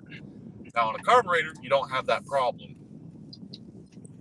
Well, you know what I used to do with my cars back then that had carburetors, I used to buy this stuff in a can called gum out spray. Ooh, gum out spray. And they had one for the carburetor that you would spray on the carburetor, and you would clean it and lube it up and all that. And then they had one that you would pour into the crankcase with the oil. And gum out. It was a cleaner, you know. It worked very well. I used to, when I had the Plymouth, what did I have? A Plymouth Duster. There was the Dodge Dart and the Plymouth Duster. I had the Plymouth Duster, and that thing used to fly. The 4-cylinder. It was called not a 4-cylinder. I take that back. It was called the Slant 6. The straight 6. The Slant 6. It was a 6-cylinder engine with a carburetor, and it would fly on the friggin' highway, man. They would fly. The only reason why I had to junk it was the rust. I had Fred Flintstone brakes on the floor. You know, in the wintertime, I had holes in the floor because of the rust. That's the only thing, the only reason why I got rid of it. Other than that, it was so quiet on the highway. You know, but of course, today the four cylinders are a huge difference than they were. I mean, I remember my sister had this old Toyota Corolla and Honda Civic, but old time, and she couldn't put the air conditioning on because it would overheat the car. Oh, okay. So my guess is, depending upon how old it was, it may have been an air-cooled engine and didn't have coolant in it. No, That no, was a common problem. no, it had a radiator. It had a But what kind radiator. of coolant would she put in? Or would it have any coolant at all? Because even air-cooled engines would have radiators, but it just wouldn't have coolant in it. Yeah, like the VW, the Volkswagen Beetle was air cooled. Right. And So that could be the problem, is that she would try to put AC on it, and where it didn't have coolant in it probably, or it was air cooled, then no wonder it would go ahead and overheat, because it would put more strain on the engine, because that's why a lot of cars back in the day, AC was an optional extra, because you had to modify them to a certain degree, but now air conditioning comes standard on just about anything you buy. I remember the Volkswagen Beetles in the wintertime, the heat came off the engine block, and you had these ducts. There was no forced air blowing hot air on you. You would have to open the ducts and then wait, let it warm up and wait for the heat to make its way into the vehicle from by way of the ducts, Right. DUCT. Yeah, because that was the heat that was provided by the Beetle, and the motor was in the back, and the trunk was in the front. But I mean, it flew, but you had to know how to drive manual. But Yeah, no. yeah, you could. Oh, the worst thing about the cars of the past was no power steering. Yeah. It was like, yeah, like the women would complain. I says, well, you're getting strong, though. Yeah, no wonder they were so thin back then. It's like you had a car with no air conditioning and no AC. That was your workout. Right. You know what your AC was? Those triangular extra windows. They call them vent windows on the side. You had the main window, and then you had right before the windshield started, you had these long triangular shaped vent windows. Yeah. Yeah, that was the AC, and then you could direct it to whatever direction you wanted the air to Yeah, blow. we'd always just call them smoker windows. My sister likes nice weather where she can open the car windows. I hate it because the noise, and then you have the dirt or whatever, the dust, the odors. I just like a quiet cockpit, you know. Well, if you want quiet, then you're going to have to make sure the exhaust is quiet and you have some pretty good tires and some pretty good suspension, because if you don't, then prepare to hear a lot of road noise. Oh, well, when I had the Ford Taurus, when I first got it, it was pretty quiet, and the AC was ice cold, but it was automatic climate control, had the thermostat, on and off by itself. It was nice, but when it came out, it didn't matter if it was a heat wave or not. It came out ice cold, and it was quiet. It was a smooth ride. And now, of course, many of those cars ride like that. Like my sister has a new Honda Accord that it's a pleasure to drive. But I tell you, once the Japanese start mass producing those hydroelectric hybrids, it's going to be like, but they have to be able to mass produce hydrogen in a very efficient way, because they said that hydrogen is easiest produced in countries that have a lot. I didn't understand it. Like countries that are warm, where it's sunny. Yeah, how can that be if the lab was in Spain? Well, Spain has warm weather, but why should that matter? Well, the main thing is they didn't want to produce the hydrogen with fossil fuel created electricity, because you need electricity. And then they mentioned what the hell was that trace mineral?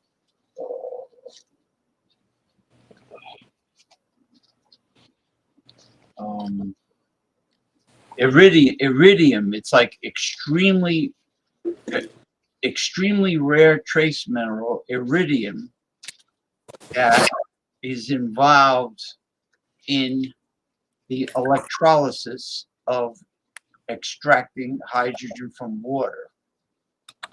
And they said iridium is usually found on meteorites, on meteors. It's like a super rare metal. Do you imagine what a bar of iridium would cost?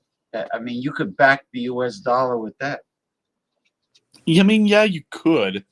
Now, I don't know how much iridium goes for, but it goes for quite a bit. Now, will it be one of the metals that back up the new currency? Probably. If they find enough of it, but right now it's extremely rare. Right. So my guess is it's looking like it's going to be gold, silver, copper, palladium, platinum, titanium. and titanium. It's looking like all of those are going to back the currency. So they're going to go in the order of rarity, from the most rare going right down the line. Probably, I guess copper and titanium are going to be like competing at the bottom of the list for cost. Maybe. It depends. Copper is a precious metal. It does have a lot of utilitarian purposes, so I guess we'll have to wait and see. I thought the monetary value was based on rarity.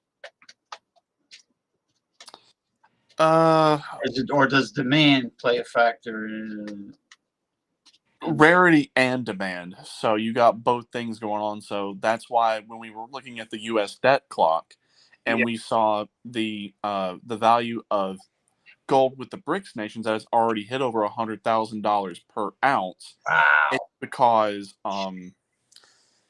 what they have done is they have went ahead, they have got as much gold as what they can, and they're keeping the supply of it artificially low. So what gold they do have is very valuable. That's kind of like what they do with diamonds. Is if they didn't put such a huge chokehold on diamonds, they would become worthless. Even the highest grade of diamond would be worthless. So that's why if you were to go into a jewelry store, and if they just flooded the market with diamonds, and you saw like that really big C-cut diamond that's multi-carat, that would easily go for like hundreds, if not thousands of dollars, then you can be like, well, you know what? There's so many of them out there. You're not going to get that price for it. If the De Beers Mining Company exported the diamonds as they were being found in the South African mines, and they didn't, like you said, they didn't control the exportation of the diamonds. There's so many diamonds in the rough that it would not be a precious gemstone at all. I think rubies, emeralds, and sapphires would far surpass the diamond. And what's the other one? Yeah, the other one is borderline becoming a precious gem, aquamarines, and also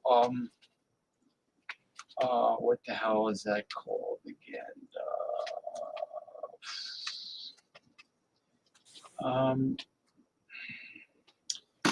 It's a gemstone that's only found in one region of the world, and once that supply is depleted, then the value will skyrocket. Tanzanite from Tanzania, Africa. Tanzanite is also close, like along with aquamarine, from becoming a semi-precious to a precious gemstone. Right. So anybody who gets their hands on Tanzanite better hang on to it. I think probably on top of that, if you can find a genuine Burmese ruby, that's nice, you got a pretty good chunk of change right there. You know where the best rubies are mined? The Himalayas in northern India. There's a town in northern India that's famous for supplying the fine jewelry industry with gems, not just rubies, but people don't realize that sapphires are nothing but blue rubies. Sapphires are and rubies are corundums. The geological term for them are corundum, and emeralds are beryls, B-E-R-Y-L. But yeah, rubies and sapphires are neck and neck. But then you have how many inclusions are in the stone. Are they clear? Are they clear to the naked eye? And then you look at it under a loupe, and you see how many inclusions are in the stone. And with colored stones, the deeper the color, the more value. Like the deeper the Burmese ruby, the deeper the ruby, they call them pigeon's blood rubies, the ones that are really dark red. And even amethyst, something that simple, the darker purple. The same thing with the sapphires. Like a sapphire is not, it's not light blue, it's not a royal blue. It's like a deep, like a midnight blue. They're always like on the dark side, but I always liked geology and gemology. And oh, bless his heart. Ah, the dinghy. The dinghy, the rubber dinghy. Aye. The rubber dinghy. Aye. Hi. What's that? Looks like Damien is just staring down the dinghy. Yeah, he's staring at his dinghy.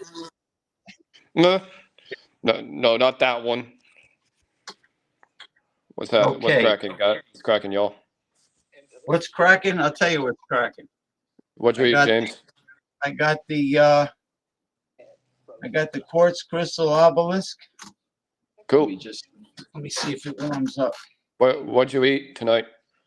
Quartz crystal obelisk. Oh, okay. Do you like the show that we do every weekend?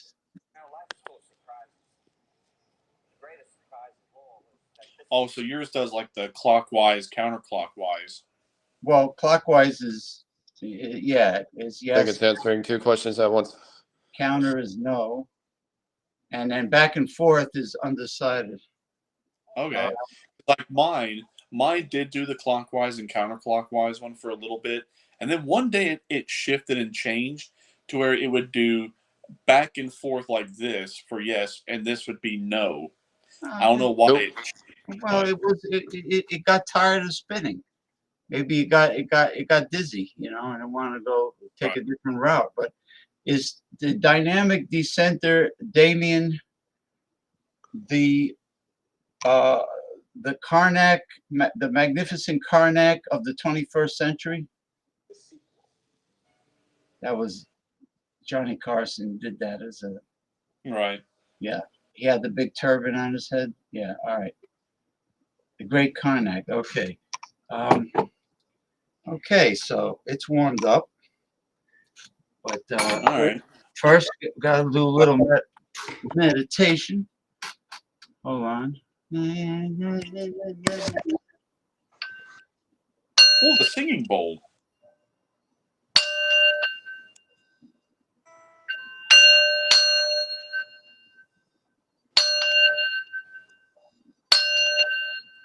I'll try it lighter.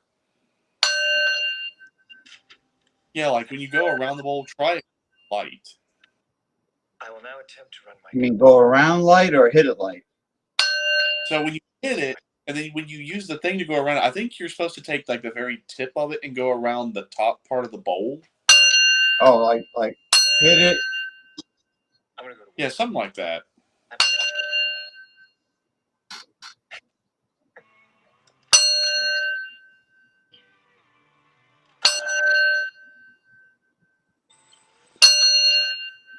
All right. I hear that bad spirits hate any form of bells. And God knows I have plenty of bells here. Right. Where are we? Let's take a look here. All right. So whenever it gives a yes answer, it's clockwise, and no answer is counterclockwise, and then back and forth is undecided. Okay. So let's see. Well, let's think of some good questions to ask it. Oh, okay. Hold on. Michael Hilton, Michael Goldsmith Hilton. What? I don't know. I'm just chanting your name. All right. So pendulum. First question. So are we in the era of lots of explosive truths and disclosures? David Ames. Julie Gianni. You're following me. All right. It definitely agrees that we are in an era of explosures and truths. Yeah, because he's confusing. Yes. The answer is yes. All right, sweet. All right, so pendulum. Next question. So, are we about to see a lot of interesting rulings come out of the Supreme Court before their recess, since they're about ready to go into recess? It's more fun when you can draw it out. Sex just isn't as good if Yes. No. Oh, Okay. usually that happens. It's going counter. Usually there's like a bonanza. All right. And that So was let's see. quiet. No, it's All going. right. So if we're not going to see anything really interesting come out of the Supreme Court, are there going to be some rulings that are going to make people take a step back and really question as to why they issued the ruling that they did? Trust me, I have a lot of things that I have to take care of. And if we're friends, which we are. Okay. Yes. All right. So So lack of action. Yep. that one. So yeah, the Supreme Court, they're about ready to go into recess here, and they were supposed to issue a lot of the rulings before recess, but it looks like that's actually getting delayed for whatever reason, and that people have been going around the Supreme Court building and they're putting up a lot of different fencing. So that makes me wonder, okay, what kind of rulings are they going to release before recess? So let's see here. Okay, so pendulum. Are we going to see some sort of ruling on the presidential immunity case involving Donald Trump?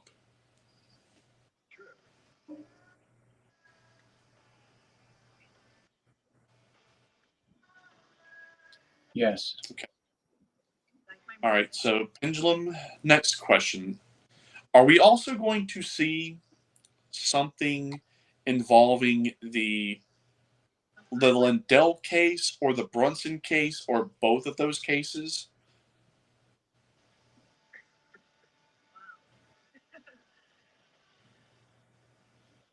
Hold on, it's going back and forth. Let's see if it decides. No, it's not. It's undecided. Okay. All right. So if there's not necessarily a ruling on these cases, but will there be some mention of these cases in some capacity? Why did you tell Brian that I was your fuck buddy? Yes. All right. So are they looking to withhold the release of the information in regards to those cases for some reason? Yeah. Yes. All right. So let's see here. I have a question. Yeah.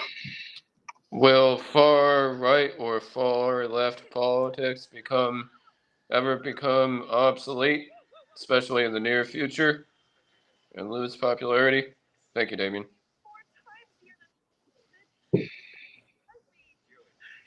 Oh, you mean like neoliberalism and neoconservatism? Yes. Extremism. Extremists. Will extremism lose popularity in the future?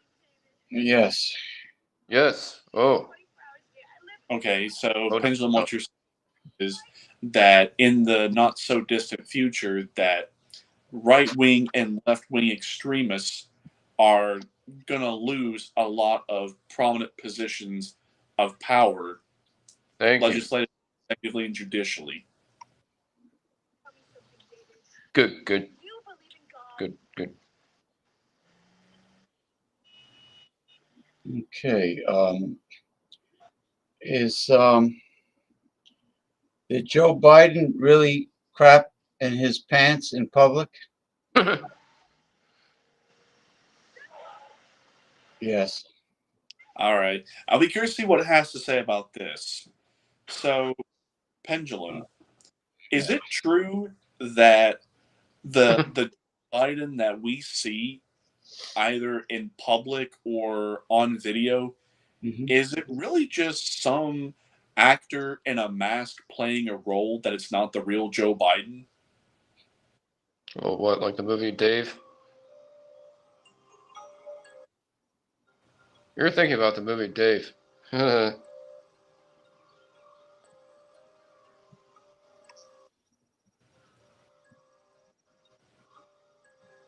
Yes.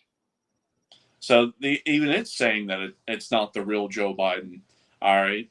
So Pendulum, was the real Joe Biden taken off the scene and dealt with a long time ago? As in he's gone? Like either he died of some sort of brain aneurysm or he was given the treatment at Gitmo? It says yes. Okay. So, Pendulum. So, if Joe Biden has already been taken off the scene and has already been dealt with, are we now going to see disclosures on how a lot of people have already been rounded up and dealt with, as in they've already gotten their treatments? But she was upset. I don't know. You know, I got in a car and she drove off a bridge and committed suicide. Says no. Okay. So, will we ever get disclosures on that they've already been rounded up and dealt with? Like, will we ever hear about them being rounded up and dealt with? And what's worse, I can't wake up. Yes. All right. So we will see it, but it's not going to be like here in the near future, possibly like the distant future. We will hear about that. Yes, a pendulum.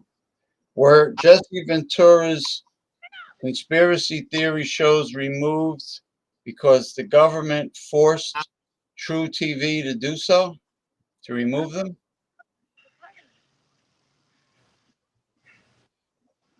Yes. Oh, what? True TV couldn't get lawyers and tell the government to fuck off? I guess not. Yeah, the government was involved. Okay. Because he did a lot of heavy duty thing, like HARP and 9/11 and the FEMA camps and Bohemian Grove and JFK assassination. I have a question. Yeah. Thank you. Do a lot of narcissists try to do anything for attention up to and including disrespecting daily their own co-workers and neighbors? Yes. Oh yeah, I told you that one. Yep. I was reading an article about gaslighting, Mike. Really? It's interesting. What did it say? Well, gaslighting, it's like when a person like sort of brainwashes you into believing that your feelings and opinions are wrong and meaningless, and what the person is telling you is true, and you should accept what they think, and it's like a brainwashing. Yeah, there's a lot of that. It's kind of like when somebody keeps doing stuff even though they know they're being annoying. Well, they don't respect your what you Boundaries. have to say, like your Boundaries. yeah, your feelings and well, yeah, boundaries, but plus your feelings and opinions, they're oblivious to it. Why are some people that obsessed? I guess it's like narcissism when you think about it. I was just tying it for more. How can you be that obsessed about somebody else? Well, yeah, or obsessed about controlling. Yep. It's like they just hate everyone. All right, here. I think I got a pretty good question. I'll be curious to see what the pendulum has to say about this. So, pendulum, are we here within the next couple months about to get the disclosure that Donald Trump has been in charge as commander in chief of the armed forces? Oh no. No. I'm not going to get the disclosure, but you know what?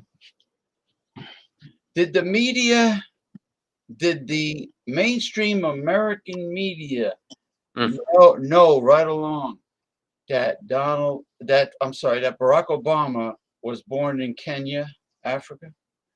Did they know it right along, the media? Yes. All right. So let's see what the pendulum has to say about this. So, is it true that Donald Trump still technically is commander in chief of the armed forces?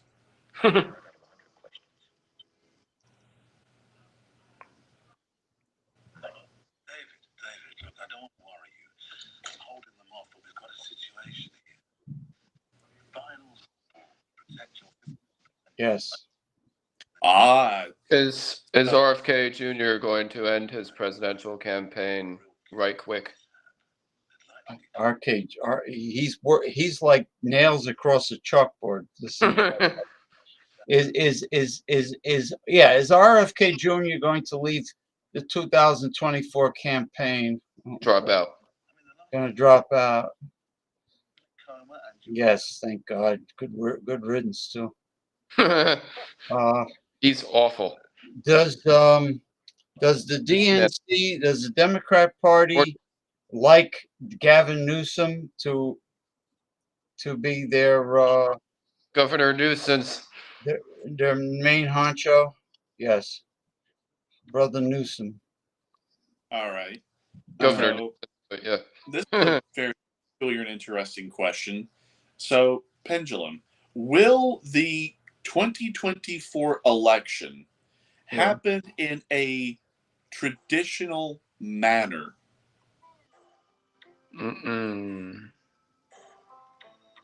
Yes. Okay. Will it So, be a landslide? Probably not. so if it's going to be traditional, will it be delayed for any reason? Oh no. So nobody's going to demand a recount, I guess. No, I'm talking like where we're so close to November that there's a lot of talks that it's not going to happen in the traditional way, that there's going to be like some sort of emergency contingent election because there's going to be something fixing 2020, and we got to fix 2020 and 2022 first before we can have a 2024. Oh, okay. So let's see here. So, Pendulum, will there be evidence released about election fraud in 2020 and 2022?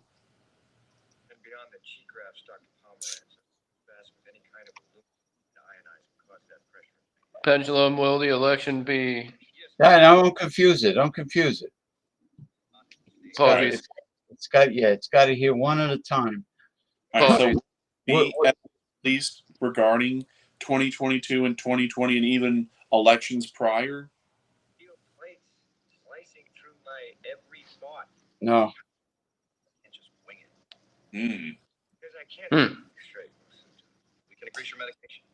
Where I got my cards, when we get done asking the Pendulum some questions, I can pull some cards on it and see what the cards have to say.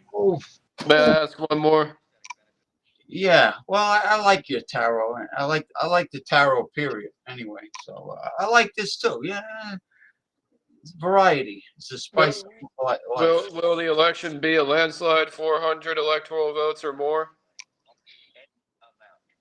Yeah, would the election be a landslide victory? Oh yes, says Yes. yes, Michael. Wow. Okay. Rare. Very rare. Are those people that stare at Michael when he leaves the condominium? Are the men that stare at him and follow him? Are they gay? Looking at him like he's a ribeye steak. Yes. How comforting. They're salivating. Oh, gee, thanks, Pendulum. Well, I don't know. You're in San Francisco. What can I tell you? San Francisco is very, very gay. Oh man. Okay, anyway, Do what you want, but it kind of makes it tough when you don't let me do what I want. Let me clear the energy. Yeah, give me a sec. I'll go over here and we can read some of my tarot and I can pull some cards on different things. Okay. So, give me a minute. All right. Do what you want, minus me. Oh, you don't like the tarot cards, Michael? Oh no, I meant that about just. Oh, you're talking about the guys trying to hit on you. Weirdos, yeah. How's the Chihuahua doing? Did it quiet down? No, it's not too bad. I guess it's a little better. It just still has some problems, but. Well, maybe it wants or needs something that the owners are not complying with. I have been saying that, and it's really not cool to be continuously neglecting. Well, a dog that's content and happy is a quiet dog that wags its tail. Same as a cat. Yeah, you can tell when a cat's happy. It purrs a lot. You know, it blinks its eyes like this when it looks at you. It keeps on blinking its eyes. A You lot know, of people are nutters. Pajamas. A lot of people are nutters, and they'll put up with any and all forms of abuse for attention, and they act like that's not going on, but some really it is. some people should not be parents, and some people should not have pets. Oh, well, why do you think I'm not dating it right now? Well, you don't have to knock somebody up. You could Mhm. you could date and not knock somebody up. I can't control that. I mean, I won't. I wouldn't pursue that, but I wouldn't resist it. Would you have a vasectomy? Would you consider having a vasectomy? Whatever that sounds like. I'm inching toward hell no. Well, they cut the tube that sends the sperm and the semen together to meet each other, you know, Oh and no, keep it, keep it, keep it. keep it. In other words, Don't get rid of that. in other words, you don't want to shoot blanks. Yeah, don't delete that. Let it fly. Let the scum guppies fly like Ron Jeremy, the porno star who is very fat and old now. Ron Jeremy used to say scum guppies. Huh. Yeah. Know about Julia Ann and some of those, but yeah. Yeah, you know who But- seems to know a lot about the porno industry is Gabriel Solias. He knows. Oh yeah, he definitely seems to know a little bit about that at least. He knows a lot. He knows like who won the awards and during what years they won, and you know they have like I think Julia Ann is hot. yeah, they have their equivalent of the Oscars, believe it or not. Yeah. Yeah. Well, it's just don't really like this whole thing of you know anybody can be whatever they are orientation wise, but you just don't have to you know hover over other people about it. You know, nobody's hovering over you about them being straight, are they?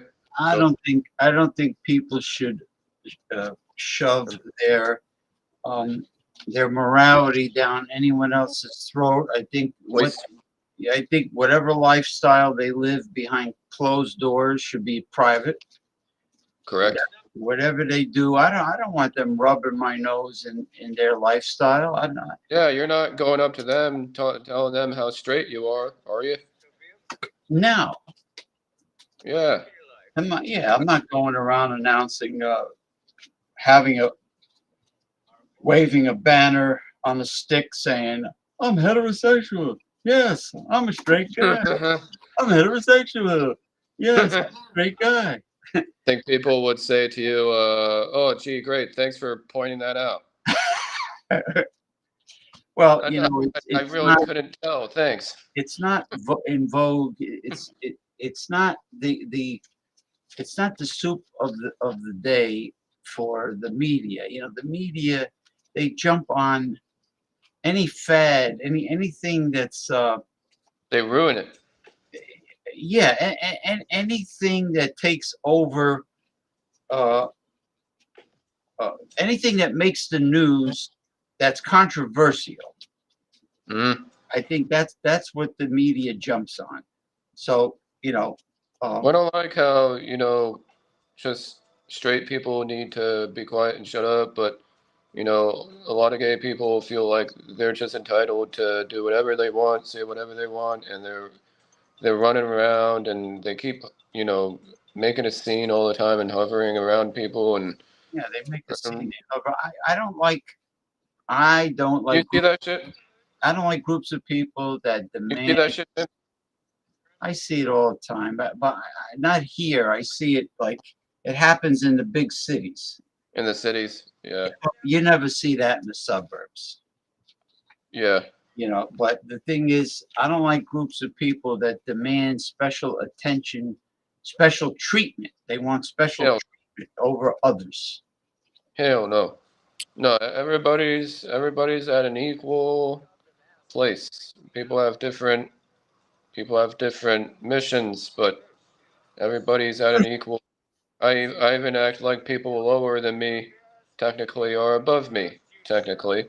Okay. Now we are going to the dynamic dissenter,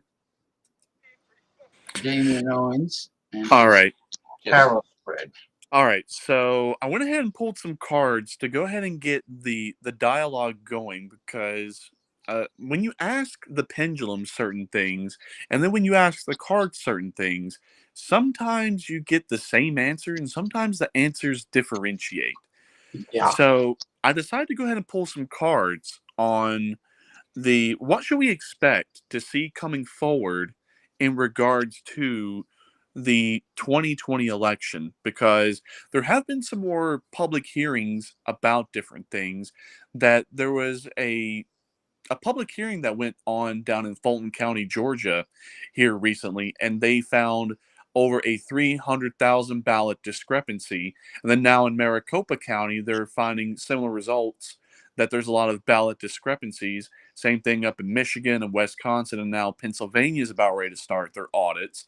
So I was like, when the pendulum said that we're not going to see anything, but now we're seeing the public hearings, I was kind of like, all right, let me just pull some cards just to see what's going on, and that's what we see here. So this is the spread that I like to use. I like to do past, present, future, outcome, 3 connection cards, the card that is looking at everything in its entirety, 5 influences, 2 clarifiers, and then the 4 pillars holding up the reading.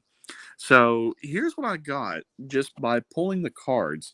So the first card that we have here in the past is the 2 of Pentacles. So anytime the 2 of Pentacles comes up, it's all about balancing different things and juggling certain things and really contemplating and figuring out a lot of different things. So since there's been a lot of going at each other on both sides, where you have those in the camp that say, yes, the 2020 election was free and fair and was not stolen. Then you have those in the camp that say that the 2020 election was not free and fair and honest and it was stolen.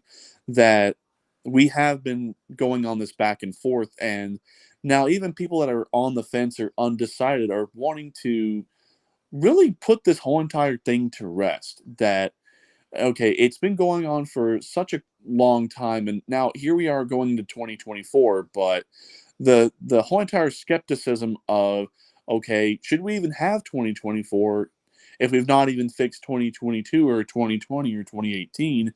And that's what's being debated and looked at right now, which makes sense because here in the present we have the Ace of Cups. So with the Ace of Cups, that means that now people are not really having the old way of thinking at it anymore, that they're more willing to really look at this and really see things for as they really are. That seeing how everything has just been put forward has all just been emotional driven, but now at the same time we're starting to see things like, okay, maybe we should just put aside the old way of thinking that, oh, it's either definitive yes or definitive no. That perhaps maybe we should just go ahead and just look at everything, just see where it goes. Because here in the future, we have the death card. So that's indicative to me that yes, there is going to be disclosure, there's going to be investigations, and it's going to put this all to rest, henceforth the death card. Now, what exactly it's going to present, I don't know. Let's take a look at the outcome and everything else. So here we have the Ace of Cups, or the Ace of Pentacles. I almost said coins. I was thinking about a Tarot Marseille deck. However, with the Ace of Pentacles, that's indicating to me that whatever it is that is disclosed, it's going to be in relation to finances. So this could be in relation to the implementation of Nasara Jasara, which would make sense because if it is related to that, then it would ultimately show that the whole thing is fraudulent and corrupt and has to go. But that's just going to be one aspect. Like, this is not going to be the end all be all, but this is definitely going to be one of the driving factors. Now, let's take a look here at the connection cards. This is what we got between the past and the present. We have the Queen of Swords. So anytime the Queen of Swords comes up, it's all about truth and integrity, that we need to just put all the bantering aside and just get down to the bottom of it. whatever the results show, but we have to do the dives and the investigations in order to put this to rest. Because again, where everything was pushed through in Congress and there was never the 10-day investigation, and now people are beginning to look at that again, that yeah, maybe we really should take a look at everything to really make sure that this was all prim and proper and constitutional, and that all of the allegations of fraud have to be investigated. That okay, if we find out there was fraud, then we go from there. If there wasn't, then well, okay, case closed. However, this is what's interesting is we have the world card between the present and the future. So that's indicating to me that it is going to be resolved. Results will show. But I'm getting more along the lines of that the results are going to show that it should be the end of everything that we have, and that it's time for a whole new system. And that's what's being indicated right here, is that it's a cycle of completion, that it is going to bring about the new system and the new world. Now let's take a look here between the future and the outcome. The Two of Wands. So that is also indicating to me that, yeah, whatever the results are, that we are going to move forward and we're not going to let it be a hiccup anymore. But we're also going to be looking towards the future. That's indicating to me that we are going to find a lot of the things that have been presented are going to be true, and that we cannot have a repeat of this ever again. That if we want to stand a chance to have free, fair, and honest elections again, that we have to do things like getting rid of mail-in ballots, as much same-day voting as possible, paper ballots with blockchain encryption to where we know every single ballot that has been printed, to where if it wasn't cast, it's destroyed. Then also voter ID, so at least we know that the person who cast that ballot for that vote, we can say that yes, it's been accounted for, and we can say that there was no fraud, no cheating, no discrepancies, no nothing. And a lot of countries around the world have already done that. Like Mexico, they were the first ones to get rid of mail-in ballots back in, I think, the 90s, because they saw a lot of the rampant fraud and corruption with the mail-in ballots. So Mexico has pretty free, fair, and honest elections today. So we are going to be following those footsteps. So anyway, let's take a look here at the influences. So the first influence we have here is the Knight of Pentacles. So with the Knight of Pentacles, that's also really indicating to me that this is going to be tied to a new financial system, and we're also going to see that new offer coming forward, because the Knight is always about forward movement, and he's always about offers. So don't be surprised if here in the future we do see more disclosures coming on about that, because we did roughly talk about last week that Saudi Arabia has already de-dollarized, that the petrodollar contract has gone by the wayside. And then I don't know how many people know about this here for this week, but Japan has already liquidated $63 billion in U.S. treasuries. So we're already seeing the death of the dollar here in America, but also globally. And we're already seeing two big dominoes falling in that. So anyway, the Knight of Cups is the next influence. So that's also being indicated to me that we're going to be experiencing new emotions, that we're going to see new pathways forward in terms of emotions. So it's all about moving on and putting this in the past and just learning from your mistakes, but at the same time knowing that we cannot have this again, and we have to just hunker down and do what needs to be done so we don't ever have this again. Now, the third influence we have here is the Ten of Cups. So, at the Ten of Cups, it's all about endings. So, whatever the results show, and we've already talked about that as well, that it's all about a happy ending, that whatever it brings, it's all going to be good. That we might perceive it as bad, but in reality, it's going to be good. That it's literally an ending, because we got the Death card here, an Ace here, and then we got Knights, and then the World. So yeah, it's all about endings.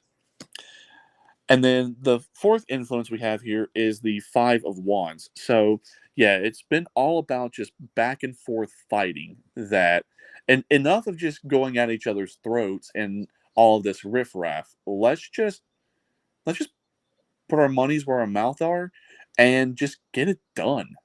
That shit or get off the pot. And here we got another 10, the 10 of swords. So it's definitely an ending that whatever it is, it's going to put it to rest once and for all. To when it ever comes up again, it's like it's already been debated, it's already been looked at, it's already been resolved. No sense in coming back to it or exploring it anymore. So anyway, this is interesting. So our two clarifiers that we have here, we have the Tower and the Wheel of Fortune. So with the Tower and the Wheel of Fortune, that definitely means that a lot of people are going to be shocked. They're going to be very disappointed. And I'm also getting that it's supposed to happen. And it's also a change of fortune, that where a lot of things have been going against us, that now it's beginning to now tip things in our favor. So yeah, really be on the lookout for this, because you're really going to want to see what comes of this, because it's going to be the Tower moment. Because anytime we have that Tower moment, it's always chaos, destruction, and disorder. So, make of that what you will, but you're going to want to pay attention to that. So, lastly, the four pillars that are holding up the reading. We have the Star, the Three of Wands, the Magician, and Strength. So, with these four pillars here, that's indicating that everything is coming into alignment, that where we've been wanting truth and integrity for so long, that, yeah, it's been a work in progress, but now we're starting to see the results. So these public hearings, my guess is they're going to amount to something, because it's all coming into alignment. Now, with the Three of Wands, that just like with the Two of Wands, that we are now going to start looking towards the future.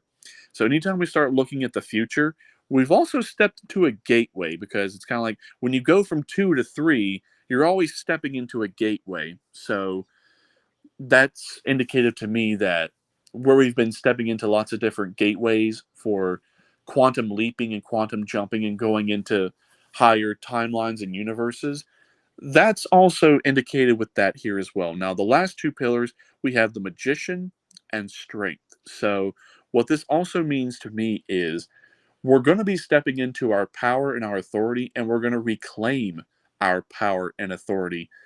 That it's been a long, drawn out, hard battle, but if we expect to ever change anything and we want to see the results we want to see, this is what we have to do. So there's not really any more of resting on your laurels and not getting involved in anything. That once we get this, in order to keep it, that there's no more sitting on the sidelines waiting things out, or just thinking, oh, that I can't think of this, I can't think of that, I'm just going to let someone else handle it for me. No, no, no. No, no, no. This is going to require you to be involved and to be active, so that way we are never put in this position again. Yeah, it might seem tough and difficult at first, but we have no other option. But if all we have to do is just tap in and say it and claim it, that's it. That's all we got to do. So, yeah, that's what I'm getting overall in regards to this is they are going to amount to something, and it is going to be the Tower moment. Whatever it shows is going to show, and it's going to be put to rest once and for all. Now, how about timing? Can I get like a timing thing on this to see when we could expect it? Since we're having a little bit of everything here, I'm trying to see if there's one that really stands out. Because this last one we have here, the King of Wands, that's also meaning that truth and integrity and just being mature in our desires, that it's just time to tap into our masculinity. So in terms of timing, well, we've definitely been involved in this for quite a few years. So it looks like where things have been brought, this has been at least 2 years in the making. So I'm also getting that probably here within about a month or so, or at least in the coming water sign of Cancer, we might start to see some things. And it's looking like before really everything is all said and done, before everything settles and everything takes its final form, we could be looking at probably a year out or into some sort of Earth sign. So, again, this is all subject to change, but that's kind of what I'm getting here in timing. Is it's pretty fast moving since we got a little bit of everything here. So, yeah, definitely be on the lookout for this because it's about to get hot and spicy. After the show. Okay. Okay. Let me get back to the show. All right. Okay. Thank you very much, the dynamic dissenter Damian Owens, for your tarot cards reading. Right. I can think of probably one more. I know I didn't send it to you this week, and I apologize. We can just move it to next week's show. Let's do a dive on the potential second Declaration of Independence and see what the cards have to say about it.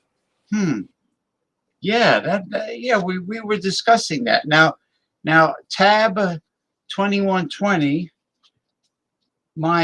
if my memory serves me correctly, you are a follower of Ronald J. Theriot, I believe, of southeastern Louisiana. He says, I bet you could pick up any random card and have a lot to say about it. Yeah, like a card pull. Yeah, I can definitely do that. But I don't like to do just one card pulls because one card pulls really don't give you a lot of detail and they don't give you what you're really looking for. Hey, Jordy. Tell me, what's happiness for you? What's happiness to you, David? All right, let's see. You can't join? You want to join? I'll give you the link. Thanks, will you? So, Yeah, you like mysticism also, Jordy? Who's that? Mysticism school. David. Oh, you got a girl over. Good for you, Michael. It's the movie. Sorry, turn it down. Oh, I thought maybe. David. You had a chick over there. What? Hold on. Let me.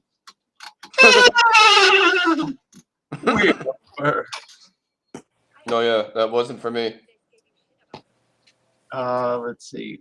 Let me see if I can find Jordy. I can't pronounce his last name. Jordy Kinnaminitz. No, Jordy Kinnenmont. I'm sorry. All right, I got the cards pulled, and I gotta say right off the bat, they have a lot to say, and it's definitely interesting. Okay, I sent you the link, Jordy, on Messenger. Okay. Ooh. All right. Yeah, we got a whole plethora here to talk about. So the question I asked the cards were, what can you say or shed some light on in terms of this second Declaration of Independence that is floating around online? And I meant to send it. We were supposed to talk about it on this show, but we can just move it to the next one. So here is what the cards have to say, and this is very interesting. So here in the past, we have the Three of Hearts. So right now we're experiencing a lot of heartbreak that where we're in this era of truth and integrity and most importantly exposures, that a lot of things that we thought to be true are really turning out to be lies.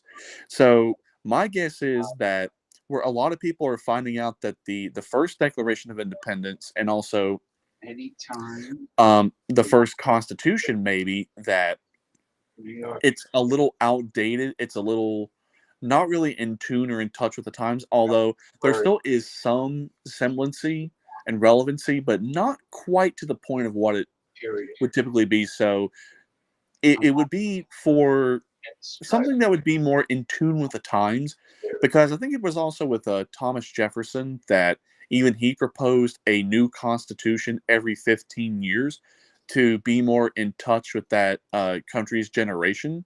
So it's very interesting. Or it could even just be where the whole entire first Declaration of Independence bears no resemblance to what it was supposed to be, and that we've completely abandoned it and forgotten it. Maybe that could be it. So we'll have to wait and see on that. But here in the present, we have the Eight of Cups. So with the Eight of Cups, it's all about walking away. That here, and I would say about the past 8 months or so, we really have been doing a lot of searching and walking away from different things. So my guess is this is all about putting the past in the past where it belongs and moving forward. That, yeah, we can probably take the original and have it as some sort of basis for the second one, but the first one, there really is no King of England. There really is no this or that the first one was talking about. So it's time to have a new document, to have something that's relevant to the present.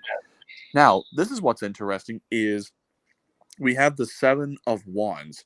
So it has created a lot of stir and a lot of controversy, that there may be some objections and resistance to it coming out and it being the second Declaration of Independence, that we may see it potentially modified, or for all we know, maybe the version that we are seeing online is a rough draft and there maybe have been some alterations, but it definitely does look like that it has stirred up some controversy, and those that wrote it are having to ultimately defend their positions because there might be some resistance and some pushback.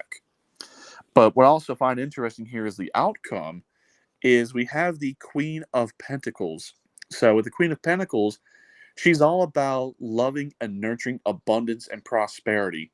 So that's indicating to me that, yeah, there might be some resistance and some pushback, and we might potentially see it be altered or reformed in some manner to where it does really bring about that loving and nurturing wealth, abundance, and prosperity that it's supposed to bring. So potentially there could even be a second constitution. We'll have to really take a look at that at a future date to see if there's even a second constitution. Now, this is also interesting. Between the past and the present, we have the Empress. So it does look like that it was written in secrecy and written in the past, that not a lot of people really knew about it. So I'm not exactly sure when it was written, but it's now making its rounds and people are talking about it. But people have been talking about it, I would say probably at least as far back as 2020. But now it's really starting to gain traction and steam to where it is making its rounds on social media. So don't be surprised if you're on like Facebook or Twitter or for now X or Instagram or TikTok or YouTube for that matter, and you hear people talk about the second Declaration of Independence. So definitely interesting that it was written in the past and in secrecy. Having to purchase this big VIP card. And then here between the present and the future, we have the Four of Pentacles. So they have kept it under lock and key for so long because they really didn't want it getting out. But now that people know about it, I'm getting that it potentially it was an older form or older version that we are seeing, and that the version that we see is not the complete version. So we'll have to wait and see. So my guess is probably it's an early version. It's not the final form, and the final one is being kept under lock and key for whatever reason. So lastly, we have here between the future and the outcome, we have the Five of Pentacles. So it is to address a lot of the problems that we have been facing, especially when it comes to wealth, abundance, and prosperity, and most importantly, freedom. So whatever it is, it's all about bringing all of that back. So our five influences we have here, we have the Sun, Judgment, the Hangman, the Seven of Swords, and the Three of Cups. So whatever it is, it's definitely for the betterment of America, that it is something that we've been needing for a long time. And with the Sun card being one of the influences, that this is the best that it could potentially be. So when we do see it and we have more discussions about it, that it's not going to be the end all be all solution to our problems, but it's a nice refresh, a breath of fresh air. And with it also being written in secrecy, that not a lot of people knew about it, that it has been a lot of years in the making, that now it is time to see all of the fruit and the blooming flowers as a result of writing it. So we will definitely be seeing more of it. But again, it's all positive.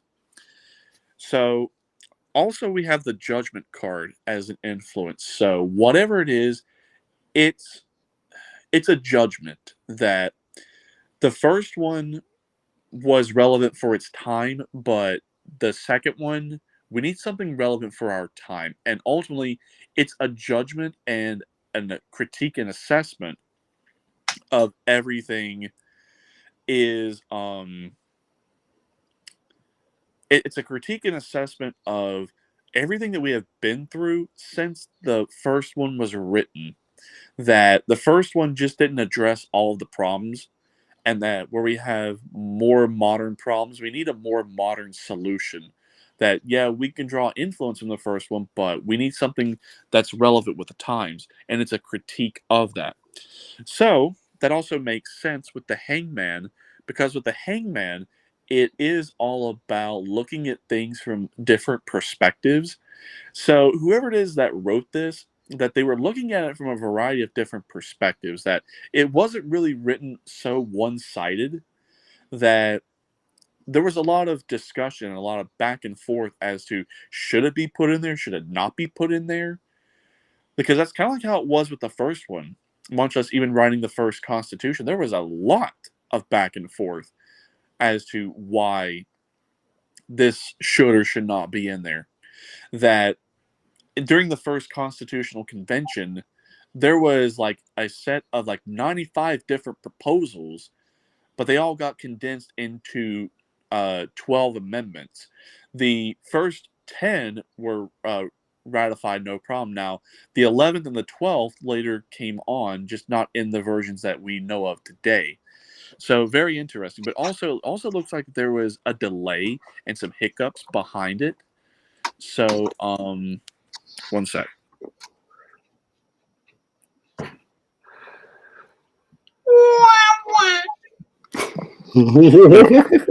But also that means that there was some sort of hiccup or delay in terms of it being released.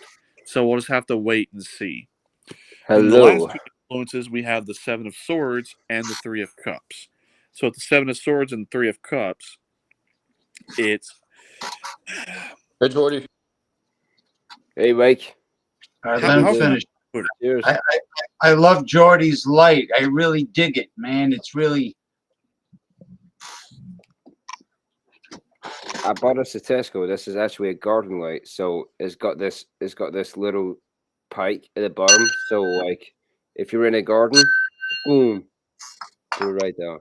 I like the different color LED. Oh, light. crystal ball! Oh, crystal ball! Is James awesome? Is James awesome? Let him finish. Let him finish. All right. So with the Seven of Swords being here, that also means that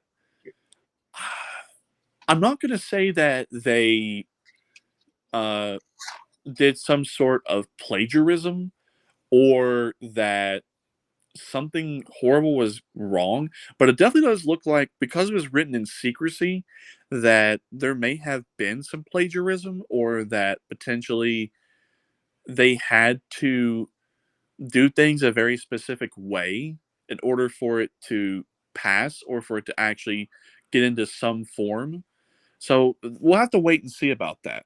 But this last influence here being the Three of Cups, it's all about celebration. That we are going to celebrate the fact that we have a second Declaration of Independence, and it's going to more or less correlate to the second constitutional democratic republic after leaving the USA corporation construct. So definitely does make sense. Now, this is interesting. the Knight of Wands and the Empress being the clarifiers. So with the Knight of Wands and the Empress, that it is the birth of a new nation, a new republic, which is good.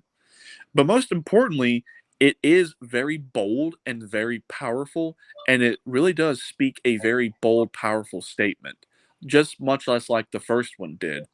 But since, again, there really is no King of England, and we're not under a monarchy, or at least in theory, we're not under a monarchy, but we need to declare independence from a whole nother entity, which whenever we do the reading of it on the next show, you'll find that it's independence from the United States corporation. And it lists in vivid detail why we are declaring independence from United States corporation. And when it talks about all of the crimes that USA Inc. has done, it pales in comparison to the crimes of the monarchy. But anyway, so the four pillars holding up the reading, we have the Lovers, the Six of Cups, the Queen of Wands, and the Nine of Swords. So, yeah, it definitely is going to build new relationships among people, but also a new relationship with our country, that we're having the birth of a new nation. So, don't be surprised if there is like a new way of thinking, a new way of doing things, which is ultimately what Nasara Jasara is. It's a whole new way of thinking. So, it definitely does tie into Nasara Jasara, because here with the Six of Cups, it's all about nostalgia and rebirth. So it's like it's going to take the best of the old and then incorporate it into the new. So it's like this new, unique third way of doing it. So it's going to be very interesting as to what ultimately this looks like and what it brings about, which makes me excited because I want to see a new third way.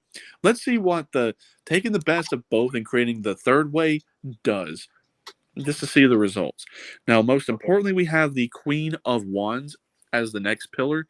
So it is all about um it's all about having a very loving and nurturing desire. So don't be surprised if we see people being more loving and nurturing and compassionate with people, and only putting their best foot forward, following their desires. So if Yeah, you've man. been, like I said, really looking to do new things or really do something right now, now's the time to do it. Like, Oh, there's my never been a apologies. better time to do it this compared to now. That's why now I'm learning Japanese, and I gotta say, I'm putting in several hours a night, and it's Oh, turning out fantastic. domo arigato. That is Don't- awesome. Well, I'll get to that. Then the You're, I last don't, I don't know Japanese, you're but learning that's awesome. Japanese that you really think so, too. That's Yeah. awesome that you're learning Japanese. That's a very hard language to learn. It's You know? easy to speak. It's much easier to read it and write it. But anyway, last pillar, the Nine of Swords.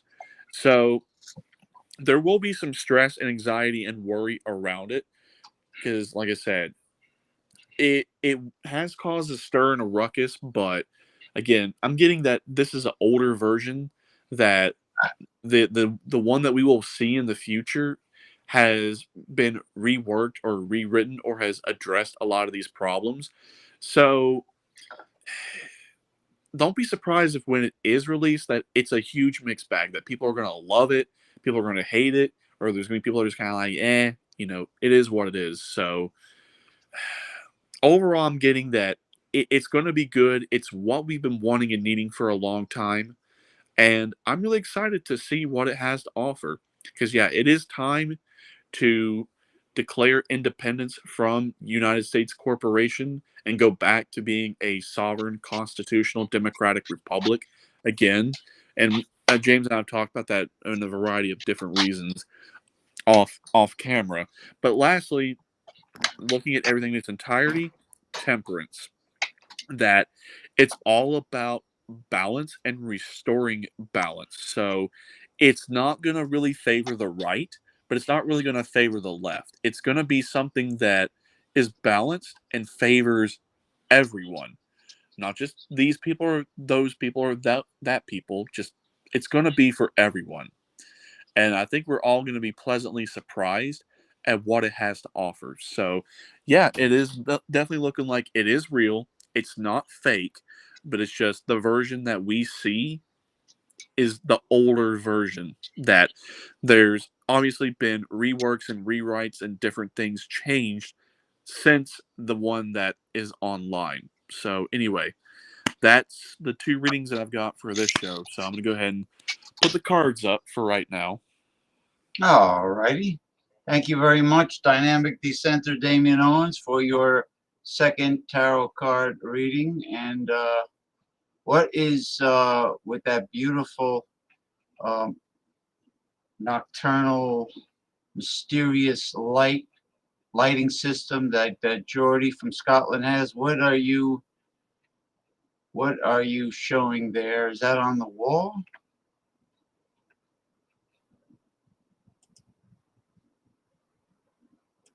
Back in chat again.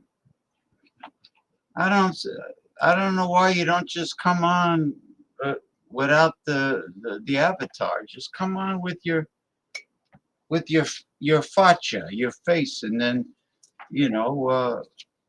like you did earlier today, and then we could, if you got the planetarium on, can you imagine your planetarium lights, Michael, together with Geordie's mysterious crystal ball lights at the same time for a Saturday night with after seeing the pendulum in action and the tarot card readings? Are you kidding? That'll be ideal. That'll be very applicable.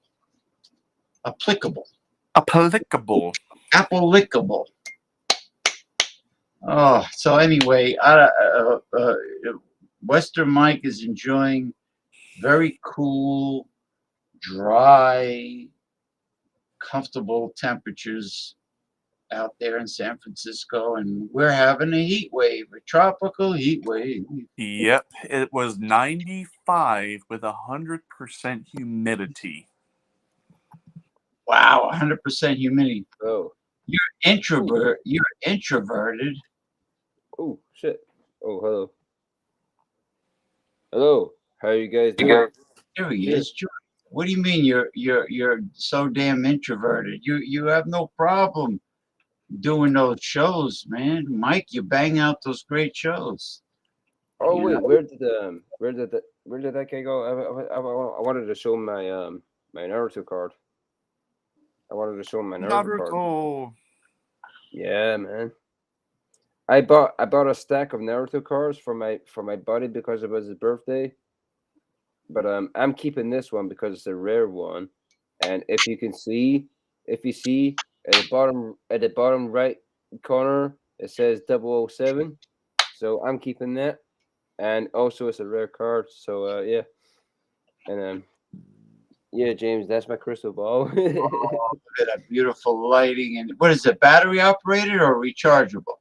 No, it's rechargeable. It's got one of these. What is it called? It's a garden light. Hold on, I'll show you. It's called, like, if I wanted to look for it, it's called garden light. I got the box. Hold on. But what is it? How does it recharge? With a USB? No.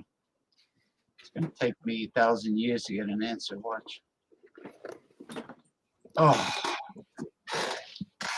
Hold on. Well, how's it recharged? With a USB connection? Yeah, it's a USB. You charge it with a USB. See, I want to get one of those. It's called Tesco Outdoor Solar Mood Light. What do you mean? Yeah. Solar? You mean you got to keep it outside in the sun all day? Or no, you could just charge. You can charge it up with Bluetooth. It's a garden light, so if you leave that outside, then the sun will charge it up. Okay, so it's called Tesco's Solar Light. So you have an option of leaving it out in the sun all day or plugging it in. And you get this little remote. You can choose all these colors. Like name a color. What's your favorite color? Black light. What's black light? Purple. Purple. Well, that's red, right? There you go. Woo! Look at that. Woo! Hey, Western Mike, you can meditate with that damn thing. Look at that. Look at that, man. There you go. Oh, hold on. Mike's here? Well, he says he's introverted. No, when he comes on my show, he becomes introverted. Look at that. Look at that, man. I could dig it. I could dig it. So, Tesco's solar light. Oh, I'm gonna look it up on Amazon. Hold on. Do you want to take a screenshot?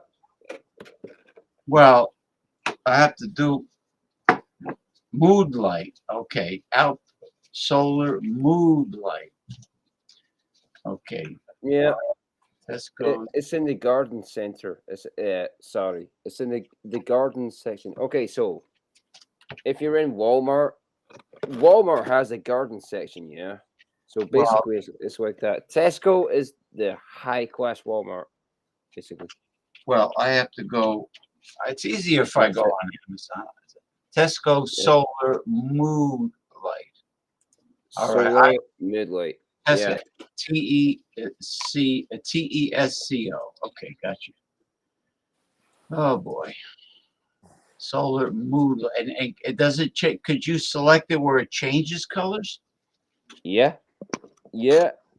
You know, I can because that would be a great light for you to have sex with a chick. You know. That's what I'm talking about, baby. But James, look at the screen right now. In other words, look at the color. That could become a fuck light. James, look at the screen right now. It comes with this little remote, so you can change all the colors. So green. If you got an Irish girl, you put it on green. Or Scottish girl or an Irish girl, you put it on. There you go. So you put it on green, and you can say, "Where's me gold? Where's me gold? Oh, where's me gold?" You can wear it like to be honest, if I was going to have sex with a chick, I would put it red. Say Michelele. Oh, Michelele is so hard. You can tell the girl. Sucky $5. Me love you wrong time. Me love you. No, you have to say me love you wrong time. $5. Sucky. Me love you one time. Me love you one time. Look up Two Life Crew, and the song is called "Me So Horny." Me so horny. Me so horny. Sucky $5. Me walking. No, it was an actual song. I'm surprised it got on the air. It's back in the 80s. James, I can't your, play it. Your New York accent is the best accent in America. Love it. Love it. It's a thick New York accent. Yeah, but I've told you that before. I'm used to people talking like this. What was the old gangster movie where the guy talks like, you know what I want? See, I want some of this. See. Oh, you're talking about Edward G. Robinson? Edward, who? Is that what it is? Edward G. Robinson, and they did the cartoon Froggy from Courageous Cat and Minute Mouse. Froggy was a gangster, and he's like, "Hey, let me tell you something. Hey, Jordy, let me tell you something. See, I don't like what you do. I gotta give you some education. See, I gotta smarten you up. You gotta smarten you up. You know." Oh, bro. Oh, goddamn. I told you, I want to try that haggis. I had, excuse me. I've got a chesty cough, and I'm smoking and drinking. And you got another chest congestion? But I had haggis earlier. McSween haggis. McSween. If you look it up on Google, you might find. I saw the WWE event in the arena in Glasgow, Scotland, the big arena. That's where I live. You know the arena? I know of it, but I've never been there. Been there. It's an indoor. It's a stadium. It's an indoor arena, and they had the Clash at the Castle. They called it WWE. And yeah, you see, I'm not in. I'm not. You gotta take care of your health, man. What are you doing? Inhaling everything? Oh no, don't worry. Don't worry. I've got a cold. That's a heavy I've got duty. I've got a chesty cold cough. You know, you gotta find. See if they sell it. It's called Buckley's cough syrup. It's from Canada. Buckley's cough syrup. And Okay. it'll knock you on your. It'll open your respiratory passages like a bomb. It'll blow them open, and you're gonna curse me out saying that James told me to buy this. It tastes horrible. But you know what? No, I trust you. I trust you. But it works.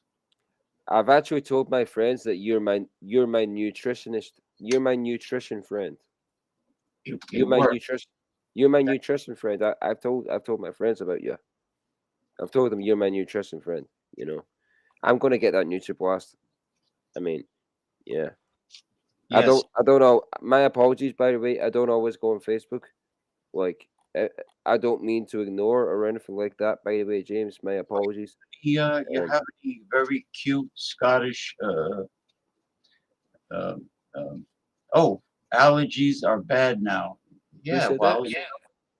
You know what's yeah, out? I've got allergies. Yeah. You know what's out? The grass pollen. It is out now.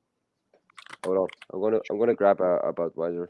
Yeah, go grab something. I mean, I have beer, but I can't drink late because I'll have a pounding headache. James, have one beer with me. One beer. I have Brooklyn. I have Brooklyn Brewery IPA. It's a 6.9% alcohol. Oh yeah. And, you know, it is what it is. I'm only joking. You don't have to grab one. I'm just joking. I'm gonna go grab a beer though. I'll have it earlier when the baseball game is on, and when the Yankee game is on, I'll watch it with the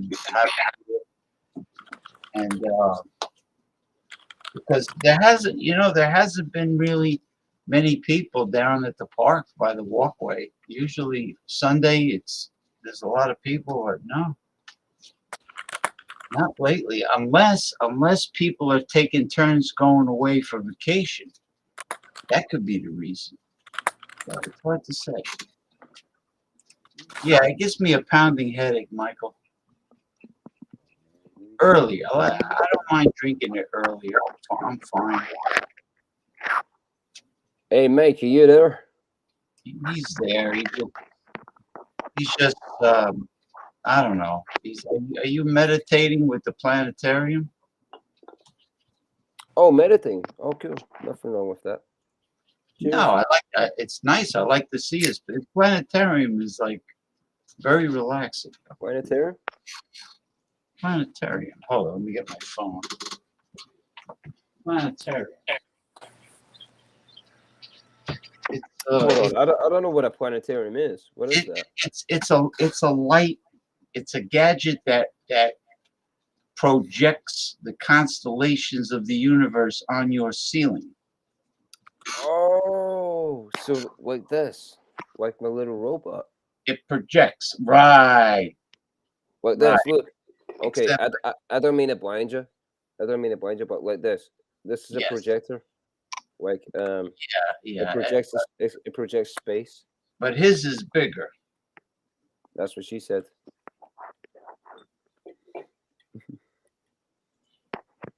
There you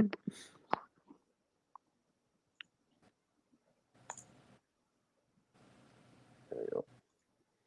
Yeah, as you can see, my my dream catcher is glowing blue. Nice. I got a dream catcher over here. Let me show it to you. Oh, let me see it. Is it wolves? No, it's called it's a special one from Oklahoma. I think it's called a Mandela. Oh, nice, man. Oh. Okay. Oh, that's beautiful. That's lovely. So, yeah. James, I love it. Yeah, this one is supposed to have magical powers. They call it Mandela or something. All dream catchers prevent the demons from entering your life. What are you supposed to do? You're supposed to, well, you can hang it from the ceiling or hang it from your wall. Just hang it above your bed. Hang it above where you're sleeping. I mean, I could do that. I could do that. Yeah, I could do that. Is that your bedroom you're in? Do you sleep in the same room that you broadcast in? Or is that...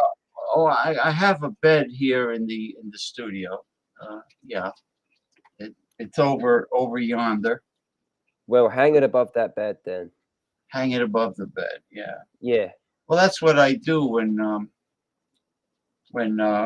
Damien is reading cards, or if he's given a monologue or something, or when Ronnie Simpson used to come on sober and not picking fights with people, Damien and Ronnie would get into a long discussion.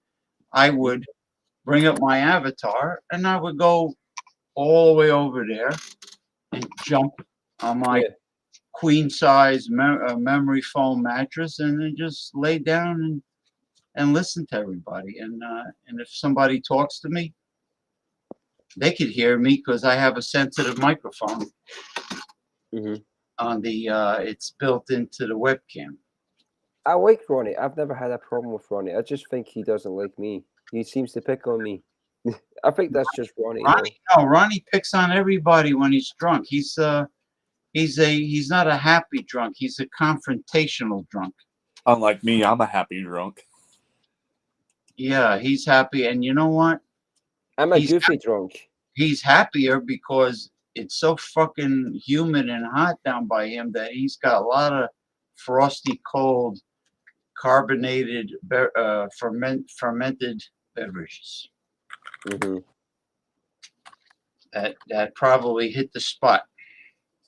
Yeah, I'm just sipping on some ice cold water at the moment. When I wait, you're back. Hold on. No, he's there. No, Damien is back. Hold on. I got my avatar on because I'm just browsing on my computer, looking at different things, and I've got my phone in my lap. Okay, okay, so Comic-Con came to the little Scottish town that I was in, and I got 2 packs of Naruto cards, and I gifted them to my friend Kyle, my best buddy Kyle. But I said to him, okay, I'm taking this one though. I'm taking this card from this collection because I gotta have it. It's a rare Naruto card, and at the bottom right it says 007. Like the number code, it ends in 007. So I'm keeping that.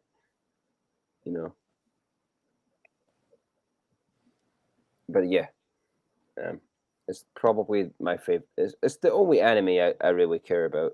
Naruto. I like Death Note. I've seen a little bit of it. I like Sword Art Online. Yeah, Sword Art good. Yeah, that's good. Yeah. My buddy Kale showed me that. Yeah. Let's see. It's been a while since I've watched anime, but where I'm learning Japanese and I want to learn to also watch anime with English subs rather than English dubs, to where I can listen to it and like say that okay, that's how that was supposed to be translated, or no, that was a mistranslation. But so some animes I used to watch back in the day, of course, Pokemon and Yu-Gi-Oh! And Dragon Ball Z and Digimon. And Digimon, yeah. Kids in America. That was the theme song for the Digimon movie at the end credits was Kids in America. I remember that as a kid. But I prefer subbed rather than dubbed too. Sorry to interrupt. Continue. Fine. So let's see here. Some animes I used to I'm sorry. I forgot to take myself off of. There you go. Oh, I'm sorry. I was looking at the phone. I forgot to take myself off of full screen. So let's see here. So of course those are just some classic ones, but Some other ones not a lot of people know about. Gungrave. Gungrave? No, I've never seen that. All right, so that one is a pretty interesting anime. Can you see this? Can you see my screen right there? Yeah, I can see it. Hold on.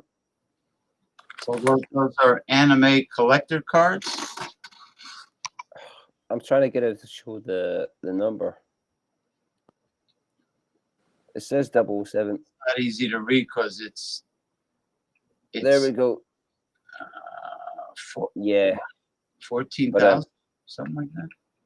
Oh, wait a minute, Damien, can you read that Japanese? I think it's Japanese. Like I said, I cannot read Japanese. I cannot write it, speak it. Yeah, I'm getting there. It's definitely deciphering Asian characters. I don't know how the hell they do it. I know. Like Arabic is a beautiful looking language when it's written, but I believe they read from right to left. Yeah, and Japanese, it's written, as compared to the traditional writing. If it's written the way that it was regular paper, then it's written left to right. But if it's in columns, then you read it right to left. I don't understand that. Jeez. And not only that, there's 3 different alphabets when it comes to Japanese.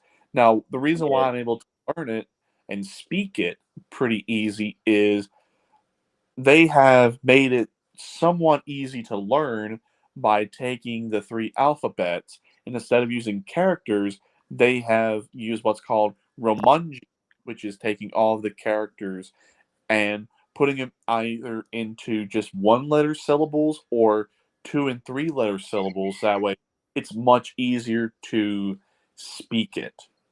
So yeah, if it's been in romanji, I can do my best to read it that way to try to figure out what it's supposed to mean. But characters, I'm lost. So the 3 main types, there's hiragana and katakana. Hiragana is the traditional alphabet that most people are familiar with.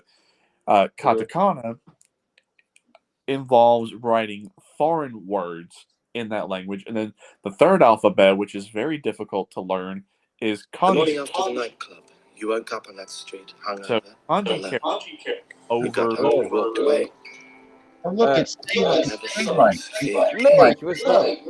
What's happening? Wait, hold on. How could it be? Damien, I knew that was you. Gotta shut off. I had it's on Facebook. It says people you may know, and it says Mike, I won't say your full name. I won't say your full name. It says Your father's friend. I sent you a friend request on Facebook. Yeah, it's Damien Owens. Well, I wasn't going to say that just in case you didn't want me, That's okay. But yeah. Yeah, I'm on Facebook. It's just Damien Owens, and it's got a picture of me with a Battlefield 2042 banner. I sent you a friend request, dude. All right, let's see.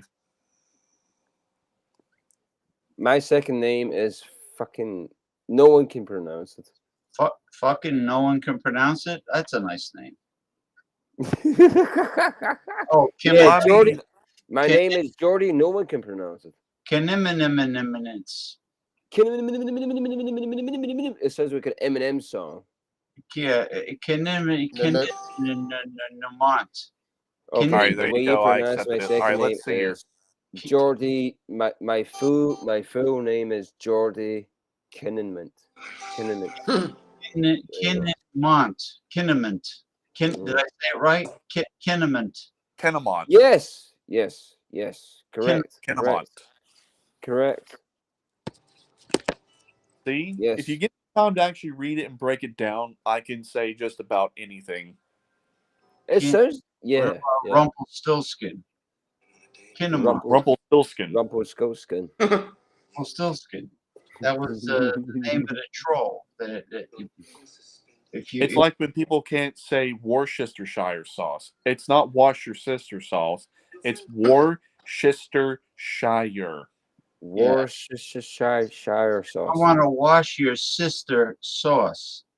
Yeah, I don't know if you came up with just calling it wash your sister sauce. I wanna watch your sister wash. Yeah, that's it. I want to wash.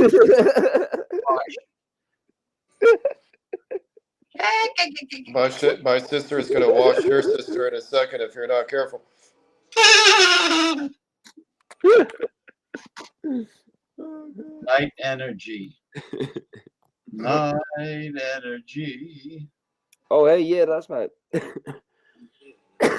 that's my music, yeah.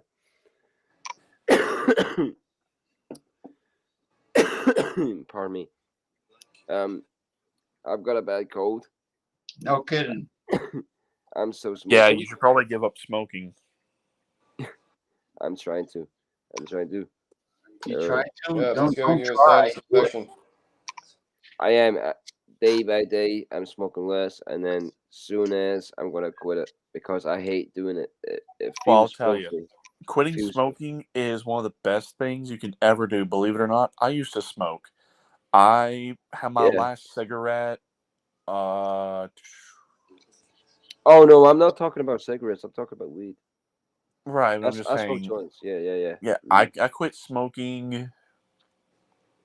I want to say it was probably around my 18th birthday was my last cigarette. Whoa. Because okay. I would have some of my friends that were over 18 at the time buy me some, but I had to go outside and smoke because the kind I liked, my dad was allergic to. So I would smoke Marlboro Menthol 100s. So, Marlboro. Okay. yeah, where he was allergic to menthol, I would always go outside and smoke. And what led me to quit was, I mean, my parents smoked around me for the longest time. I've probably got so much secondhand smoke. I'm probably gonna get cancer as a result of it.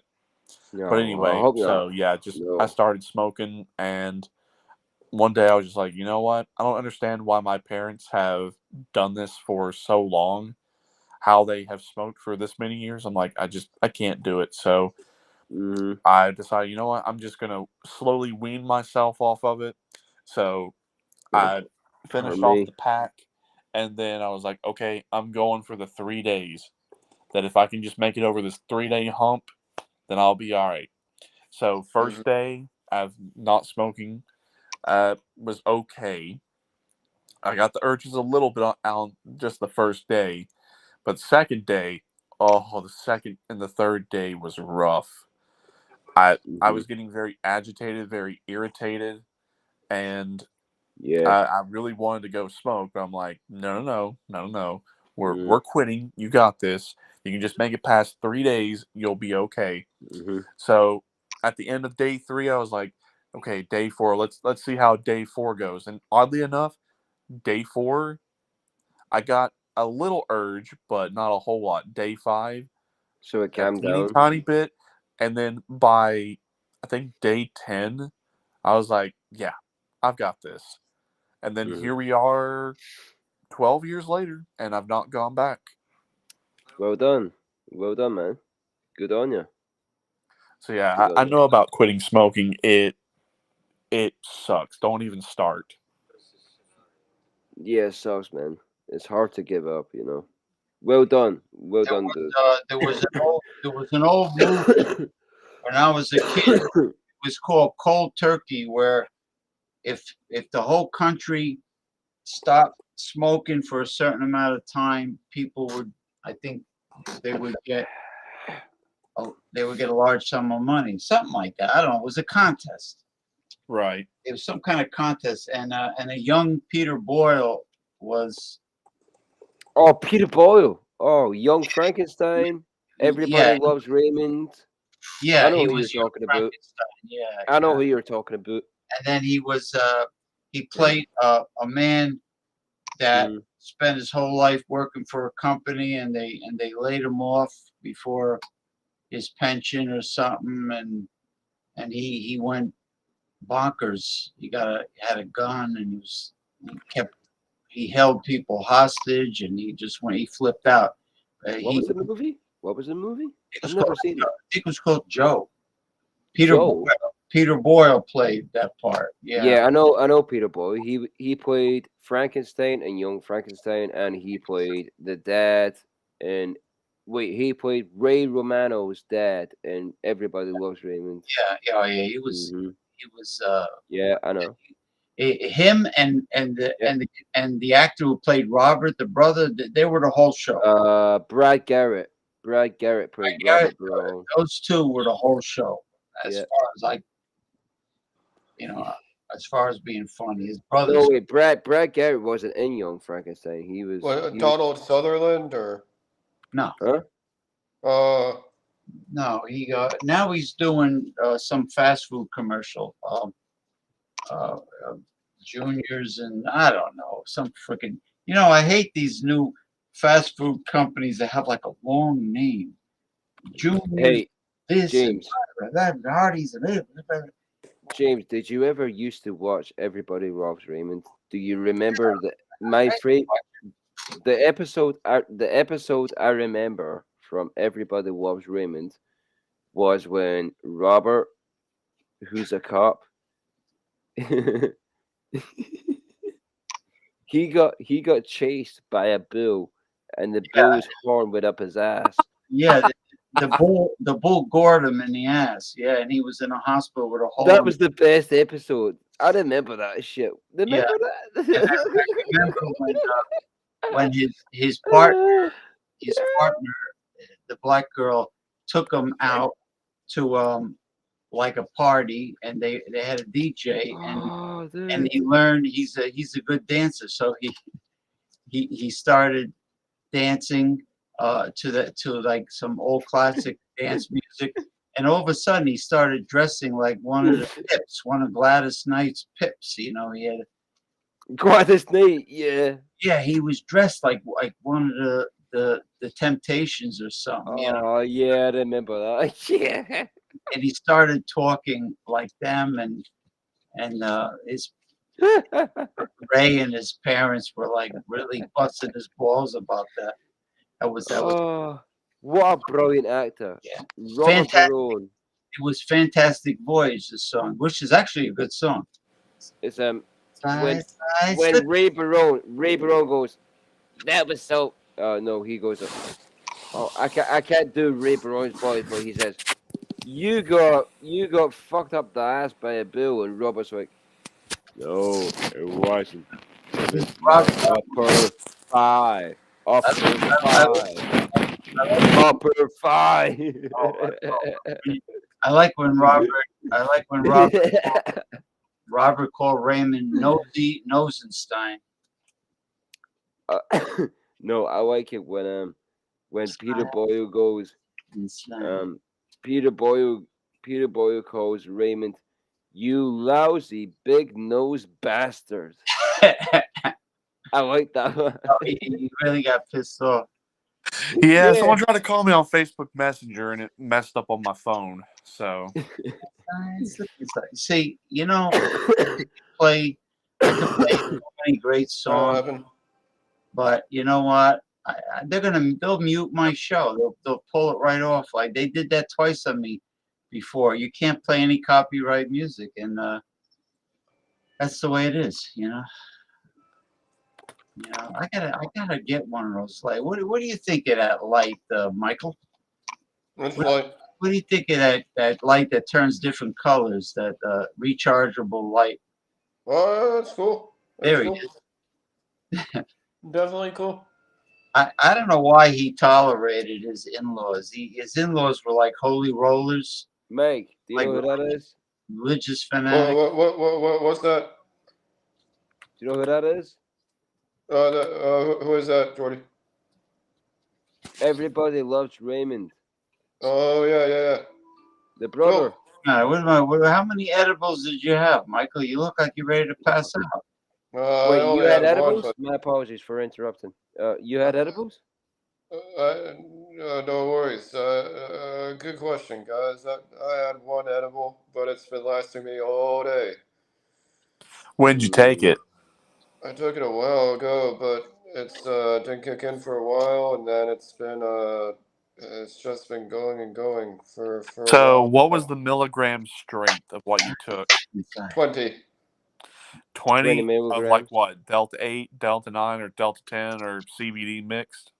I think it was indica. 20 Ooh, indica. indica. Oh no.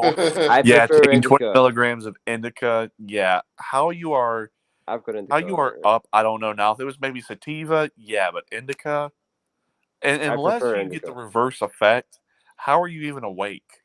I have no idea. I'm kind of an indica guy. I told you I'm introverted, so I'm an indica guy too. it's just indica's the way to go. Well, Sativa's I like not to really. vape it. Yeah, My man. personal favorite is I love to vape it. I can't really smoke it, but edibles just don't set well with me. They upset my stomach and they just make me feel weird. That's why anytime to vape it, I go for it. But what I like to do is I like to get like a Delta, like usually like a Delta 8 CBD combo What's a or like a Delta delta? 10 Oh, CBD nice. combo. What's a delta though? I Show only it, know Danny. indica, sativa. All right, so sativa and indica and hybrids are the usual strains, Yeah. but Yeah. the Delta products are the different strains of THC because Mhm. you have Delta 8, which is more hemp derived. You have Delta 9, which is from the traditional sativa or indica or hybrid plant. Then Delta 10, I think, is also hemp derived, but it's a different variation. Now, is there I Delta love 8 and Delta indica. 10? And the traditional sativa or indica, yeah. So, Okay, Mike. Well, as an Basically, introvert, indica is a relaxing stone. Sativa is more of a headstone. Headstone. Well, well, yeah. if you're introverted, what's better, indica or sativa? Me, I prefer indica. Headstone. Indica. I prefer indica. What's Mhm. the difference between indica and sativa? Indica, I think, is more Indica is relaxing. more relaxing. Sativa gets you more creative. I like sativa, but sativa gets your mind creative. Like if I'm making music, I would smoke a sativa. If I Oh, so want you to only just want that at certain times. You only want to do that at certain times, like when you're really feeling the yeah, vibe. but yeah, sativa, yeah, but indica you can smoke all day, no matter what the occasion. And you'll be chill as fuck. Yeah, you'll be chill as fuck, bro. I swear, I have taken it indica, and everybody in the bar was looking at me weird, like Fuck those dudes. we're all having a good time, but we're all dealing with so much shit that's fucked up and doesn't make any sense right now. How are you? How are you this mellow? It's kind of cool, but it's kind of annoying, Michael. Yeah, you Mike. ever do that? You ever get too relaxed? Yeah, I'm like that. I'm the same boat. My friends ask me the same thing. Like, Jordy, why the fuck are you, Jordy? Why the fuck are you so quiet? I'm like, I'm in my zone. Leave me alone. How are you in your element so much? This is crazy. How are you so relaxed? I don't know. Mate, I get what you're talking about. I'm in my zone. Leave me alone. I'm having a good time. I'm chilling out. I Yeah, feel you good. tell me to calm down. Let me do it. Yeah, I get you. I get you. I guess just not to say extroverts are crazy, but it's Yeah. just you take indica. Indica really can. Indica is really overwhelming. Go ahead, James. I used to be very introverted in school, but I was more. I guess for the most part, I was more a Sigma. I was Sigma. I lived in my own dream world, my own. Kept to myself. I did my own thing. I'm not into. Yeah, even when I started going out at 18, that was the legal age for drinking. I didn't do like everybody had the same freaking car, the Pontiac You were a Trans good boy. Am. You were a good boy. Wait, The you didn't Pontiac. drink when you were 18? Let me You talk. didn't? No, Sorry. I drank. I went out. I drank. I went My out. apologies. I went out to the dance clubs. but everybody had the same fucking car, you know, Pontiac Trans Am or the Camaros, the Z28, or you know, Camaro's awesome. and they had the same cologne, Dracar or Polo. Everything was Dracar. Everybody had the same. They all smelled the same, you know, because it was the thing to do. Back in a second. But I didn't do. I don't do the thing to do. What happened? I mentioned Dracar and Michael Leaps. Well, depends upon drag card, and you got to be careful because if you say, "Well, this weekend I blew a tranny," back in the day, you knew what that meant. Nowadays, you just kind of look at them like, or, huh? Maybe you thought I meant. I said drag queen. Yeah, it's just like you got to be careful. It's a name of a cologne from France. Dracar Noir, and Noir, Noir, whatever the Yeah, hell. because if you burn out the clutch and you rev the engine too high, all your 5 gears, you'll quickly realize you don't have 5 gears. You now have 5 neutrals, and you're not going anywhere. Tack it up, buddy's gonna shut me James, Now, I know what you're talking about. It's like a musky, peppery, vanilla-y aftershave. Drakkar. vanilla. You know what I've been using, and people are getting compliments about the scent. It's the cheap cologne that the Spanish people use called Florida water. Florida water? Florida water. It has Okay. like I'll show you. I got a whole shitload of them. Hold on. I never get heard of them. that, brother. Yeah, I get them at this dollar store. yeah, when I talk about a manual transmission, if you don't know what you're doing, older ones, if you made that mistake of when you're in third and you push it into first and you blow it, that used to be a big problem. So that's why now they have safety mechanisms in the manual transmissions. That way, if it is above a certain RPM, you can't put it in that gear so you don't blow it. Oh, nice, James. I like the lady. This is the regular one, and this is the lavender. But I'm telling you, it smells unbelievable, and it's like well, they used to be $1 a bottle. Now they're $1.25. But I always grab several when I'm at this particular dollar store. But you know, it's an old fashioned. It goes way back, as you could see the lady in the front, and it's made from all different botanicals, florals, cinnamon, oranges, extracts of this, that, and the other thing, and they actually use it in witchcraft, believe it or not. Oh, James, do you know what I would do with that? I would take before I go to bed. I would take a hot shower. After I get out of that shower, I would spray the lavender on me, and then I would go to bed. Because lavender helps you go to sleep. Well, I use it as an aftershave because it smells so great and it's not expensive, and I use it as like an aftershave splash or after shower splash, you know. And but the scent stays on you for a while, and sometimes, like, if I run out of deodorant, I'll pour this under my armpit. Yeah, I do the same. I do the same with the lotion I've got on my counter. Yeah, I mean, don't put it on your genitals to. I mean, don't try to deodorize your. No, that will burn. That will burn. It'll burn. It'll burn. It will burn. It will burn. I mean, it'll deodorize. Don't do that.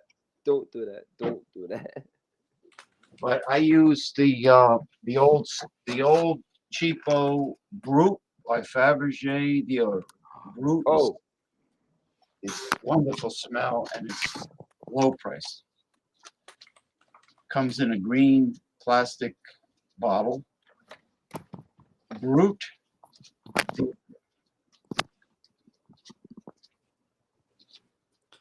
Yeah, just please don't deodorize your balls because you don't want to have a very embarrassing trip to the ER involving the product Dyson Ball Cleaner. It's a very misleading product. Not me, but someone on the internet. There it is, Brute. That's it, man. Is that the deodorant? Yes, it's deodorant. You know, I've got the aftershave as well. Do you know oh, who? that's Do you know the. who sponsored this stuff, James? Roger Moore. Roger Moore. Really? Yeah. If you look it up on Google, look up Google Roger Moore Brute. Honestly, yeah, he did. Yeah. Yeah. Tack it up. See, I've been using the what do you call it? The stick, right? Oh wow. Okay. Yeah. It smells. Oh, it's awesome. And for the low price, it smells great. I've been using the stick, and what you do is you know, as you use it, you keep pushing it. What an awesome smell! I'm telling you, and it's the cheapest one in the store. But it's been around forever. Hold on, I think I've got a bottle of them. Oh, but yeah, they've been advertising genitalia and ass crack deodorants on social media. But you know what? James, I do. I've still got this. What's that? There's like a tiny bit left, bro. Oh, hold on. What do we got there? Oh, it's Brute Cologne, right? Or is it? Oh, aftershave. Okay, got you. Aftershave. My apologies. I never mean to interrupt. And you know what else? You know what else I used to use that didn't cost much is Jovan Musk cologne for men. Oh, that's what my uncle Gordon uses. Jovan Musk. Lovely. It's like vanilla. Well, I don't know about vanilla, but Nelly Vanilli, the guy who was lip syncing the music, the guy who wasn't really singing. Oh, wait a minute. I think I'm thinking about a different aftershave. My bad. My apologies. Sorry. Jovan Musk is very inexpensive, and there was another one that was cheap. I used to see the commercials called High Karate. It was the guy was being chased by a mob of women. Every time he put the High Karate aftershave and cologne, the women were chasing, and he ran into a phone booth, you know, the old-fashioned phone booth, and that's where superheroes used to change into their spandex. Yeah, they used to go in the phone booth, and he would close the door, and the girls were trying to get him, and he's going, ha, yeah, what, trying to keep him away, because they were trying to rape him or something. Yeah, that was the best thing to wear. Sorry, what you say, James? Okay. Actually, I could show the High Karate commercial. That's not copyright. That's like 80s aftershave, isn't it? High Karate. It's funny. Pulling that up, I'm going to run to the bathroom. I'll be right back. Yeah. Okay, let me see. Okay, dude. Slide, slide, slip it and slide. Let's see. High Karate. I'm spelling it right. High. James, you seem pretty introverted, my man. Yeah, well, introverted is part of, I think, being a Sigma. Really? Meg, it's good to see. Meg, it's good to see you, my brother. Too. I'm not extroverted at all. What about you? I'm not extroverted. Extrovert? Is that what I'm the not good? Extrovert. Is that optimistic or the pessimistic kind? I can't remember. Is that a half full kind of guy or the half empty kind of guy? I'm the half full kind of guy. I'm a constructive pessimist. I believe the glass is half empty. I think it protects you from getting. It's protection. It's yeah. Visible, the wireless company that makes things visible. With us, what you see is what you get. Adverts. Hey, how about a movie tonight, huh? Wow, what's that aftershave you're wearing? Your High Karate aftershave is so powerful, it drives women right out of their minds. That's why we have to put instructions on self-defense in every package. High Karate, the brisk splash-on aftershave that smooths and soothes and cools. High Karate, aftershave, cologne, and gift sets. High Karate, be careful how you use it. Is that from the 60s? Because that dude, that guy looks like Marty McFly's dad from Back to the Future. Oh yeah. Kinda. Wait. That's weird. What was his name? High cock Roddy. That's weird. I cracked myself up. Michael. High cock Roddy. James, look up Roger Moore, Brute. You see what I'm talking about. This is High Karate. And this unsuspecting girl is about to catch its irresistible scent. Oh. The High Karate scent that can turn a usually docile woman into a ravenous creature. A scent so irresistible that every pack of High Karate carries essential instructions on self-defense. High Karate aftershave. Be careful how you use it. Be careful how you use it. Tell her my dick says yeah. That looks like a precision bomb.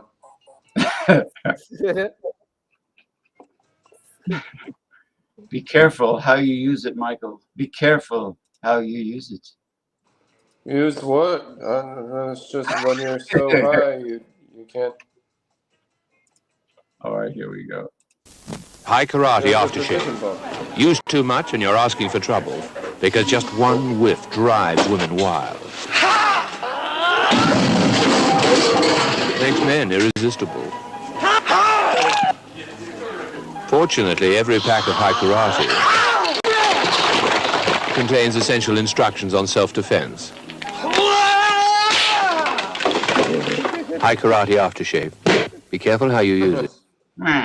Be careful how you Hilarious. use it. Be careful how you use it. Well, what's this one? Oh, this is the same guy. The same guy, but a different commercial. Be careful how you use it, Jordy and Michael. Be careful how you use it. Copy.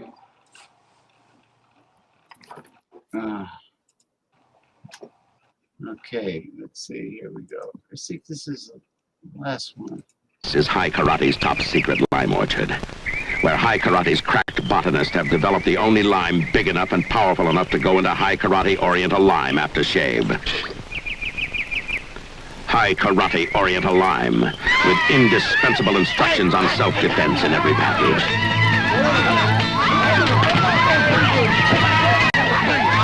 High Karate Oriental Lime. Be careful how you use it. Using some humor. Yeah, they were funny. They were funny as hell. Ay. Remember this, James? Oh, Old Spice. There's another blast from the past. That's my granddad's favorite.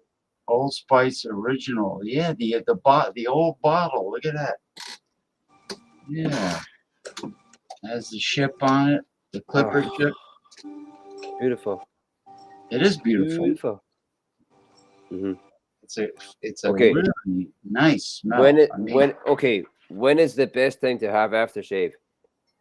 When you're going clubbing, before sex, and when you're just lingering about the house. No, you know what? I'll be honest with you. If it doesn't aftershave before sex, wear aftershave before sex. It doesn't pay to use aftershave if you're home and you have no plans and you're alone. Don't even waste your aftershave. Use, like, I don't know, alcohol or witch hazel or something like that. I've got a collection of aftershave that I use. Yeah, don't even bother. Now, if you're going to be out in public, then that's different. You use the aftershave, and then if you're going to be with in mixed company where there's females, then you you put the cologne on, but you know, it depends on the females. Now, if they're younger females, you put the cologne on. If they're a bunch of old bags, you don't put any. You just do the aftershave. Yeah. You know, and like Michael, when he leaves the condo, if those gay guys are bothering him, I wouldn't use any cologne. I would not use any cologne there. I've had that before. I've had gay guys call me cute, and I'm like, yeah, I'm not all that way. I'm free, you know. But yeah. So you have now tell me about what kind of restaurants are in Glasgow? Is it do they have multi-ethnic restaurants?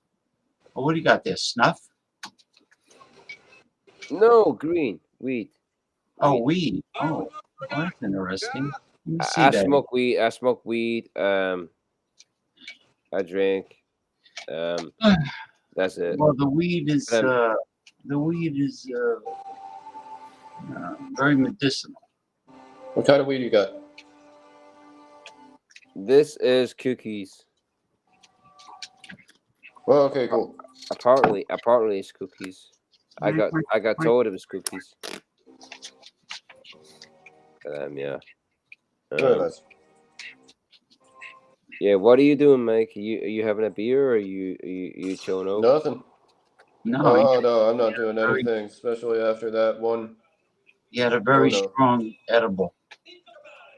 Hours ago. What was Still it? Was it feeling chocolate? my Was it chocolate? It was. No. Doesn't look like it. No. What was it though? What kind of edible? Was it a You had like a 20%. Oh yeah, still feeling He it. had a strong edible. It was pretty good. It was a He's little done. too strong. He's done for the night. But Me too. The best time Never got too high. I can't believe it. Is it still daylight in San Francisco now? It can't be. Still daylight. Really? I mean, hell, here it's daylight till about 9:30. Whoa. Well, yeah, because the longest day of the year is the first day of summer. Hey, Damien, can you show it? So Mate, you've got a great view. I mean, the sun's already gone down. It's almost midnight here. This is the summer solstice. I mean, Damien knows this is the summer solstice. This is this is a big event. Yeah, this is the event, and on the summer solstice there is equal day and night. Same thing on the winter solstice. So there's 12 hours of daylight and 12 hours of nighttime. So it's a really interesting mathematical event. So now, since we've hit the pinnacle of days getting longer, now the days are going to start getting shorter until the winter solstice. Then we hit the winter solstice, then it's going to start getting longer, rinse and repeat.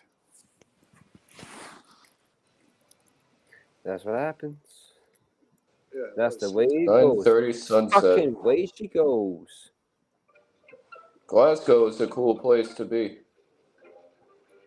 Meg, if you ever come up to Glasgow, then you can crash here because your Mac tape is out. Wait, I can tell me and you will get on like a house on fire.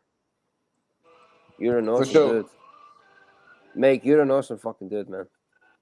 You too, for sure, me. You know what I mean? You know what I'm saying? Cheers, bro. Sorry, I'm rolling a joint right now. I can't look at the screen. Don't be sorry. You guys are awesome. Dude. Well, I have there it is, the planetarium. You were saying, James? Jordy, the planetarium. Oh, that was fucking projects the cool. constellations. I mean the constellations. That's fucking the dope. Chick-stellations. James, that's hip, man. That's hip. That's fucking hip. Oh wait, that's you. Wait, that's Meg. Meg, you've got that shit. Sorry, I thought that was James. Meg, No, you've that's got not that me. shit? Oh yeah. No, it's Michael. Michael has that. I don't have that. Meg, that is choice. Oh yeah. That's nice. Can you imagine? Can you imagine doing that on a bedroom ceiling and you got a girl with you and you're like looking up at the constellations? Change it to pink and red. You imagine? Maybe she already threw up, so don't really need it. Put it to if you okay. So like That'd be more like her throw up, but yeah. Vomit? Why, you had girls vomit on you? I think she'd want to vomit about that thought there. Quack, quack, quack, quack, quack. That happens with drunk chicks. I've been there. And then they change their mind about you a little right quick. Yeah, been there. Right. Oh, okay. I'm just gonna go to sleep. Bleh. Okay, thank you. These are new As soon sheets. as you take them home, they change their mind about you. Yeah, I've been there. Dirty Kininamons. Oh yeah, that sucks when that happens. Yeah, that's me. Kininamons. Uh-huh. What the hell's going on? I'm still here, but I'm getting ready to make my DoorDash schedule because now the schedule comes out at midnight rather than 3 p.m. Oh, so I've got to make my schedule DoorDash for for a next living? Friday. You do. Okay, you do DoorDash for a living? Have you? I do DoorDash, Grubhub, and Uber Eats. I do all three. Okay, before you go, Damien, like Uber and Lyft. give us something weird that's happened while you've been delivering food. Give me something weird that's happened when you delivering I've food. had some pretty strange delivery requests. So, like for example, 1 year when I was delivering to a really nice ritzy neighborhood. Gotta go, guys. Good night. All right. Oh, okay. Good night. Adios. Adios. Adios. So Yes. I was delivering food to a nice neighborhood. I think it was around the holidays. So here was the strange request I had. So she wanted me to yell from after I dropped off the food at her house to let her know that it was dropped off. She wanted me to yell, "Merry Christmas, you filthy animal, and a Happy New Year." Oh, from I'm guessing. So that was I dropped Christmas off Day. the food, and her Okay. husband came out to meet me.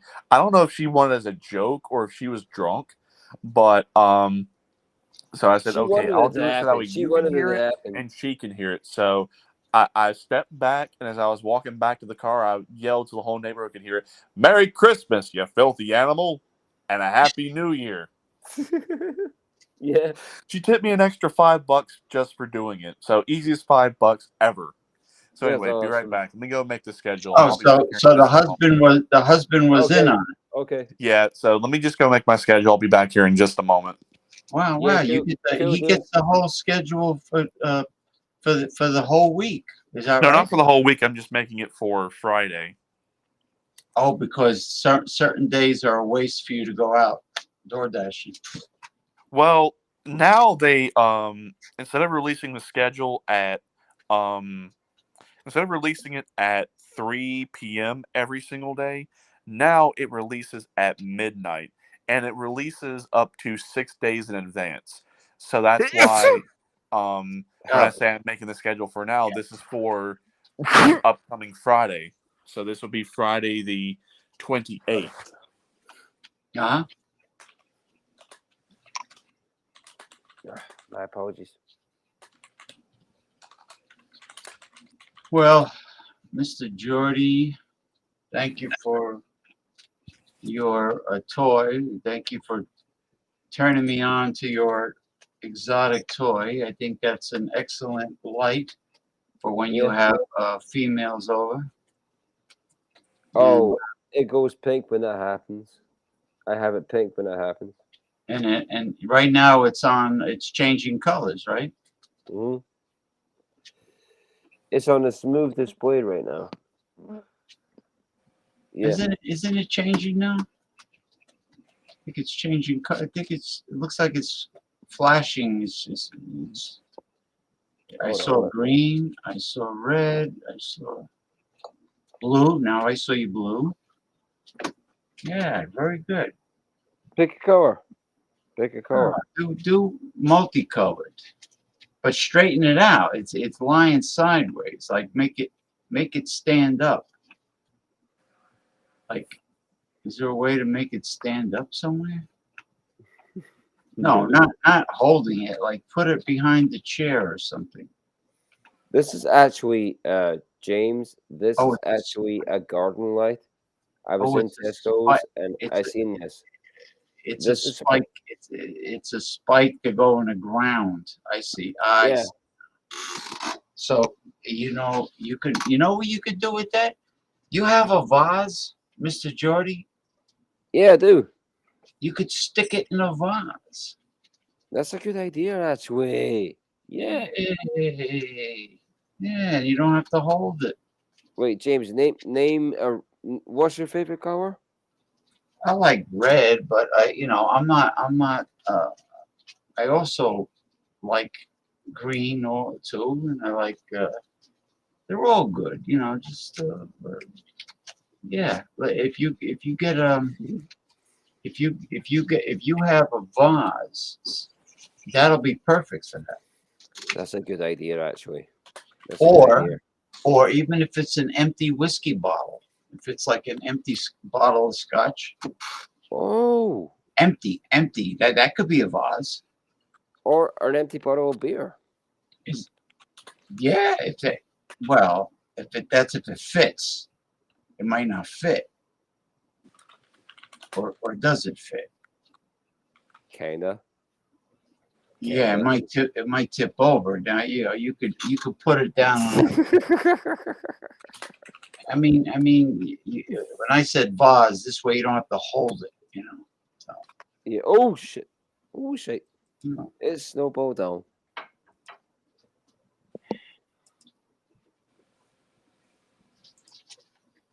Yeah, I'd say an empty bottle of hard liquor, or there you go. That looks good. Yeah. There you go. We just have it turn different colors. You're all right. Night energy. Night energy. Oh, James, my news. Okay, I've got 2 new songs coming out. My first one is called Lucid Dream. Lucid Dream. If you know what a lucid dream is. Yeah.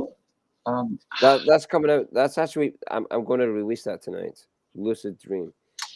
And my second one, I'm not sure of the name. Are your songs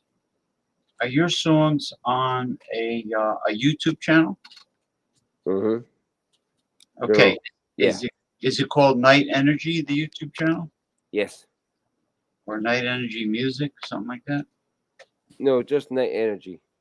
Night Energy. So your songs are not copyrighted yet. No.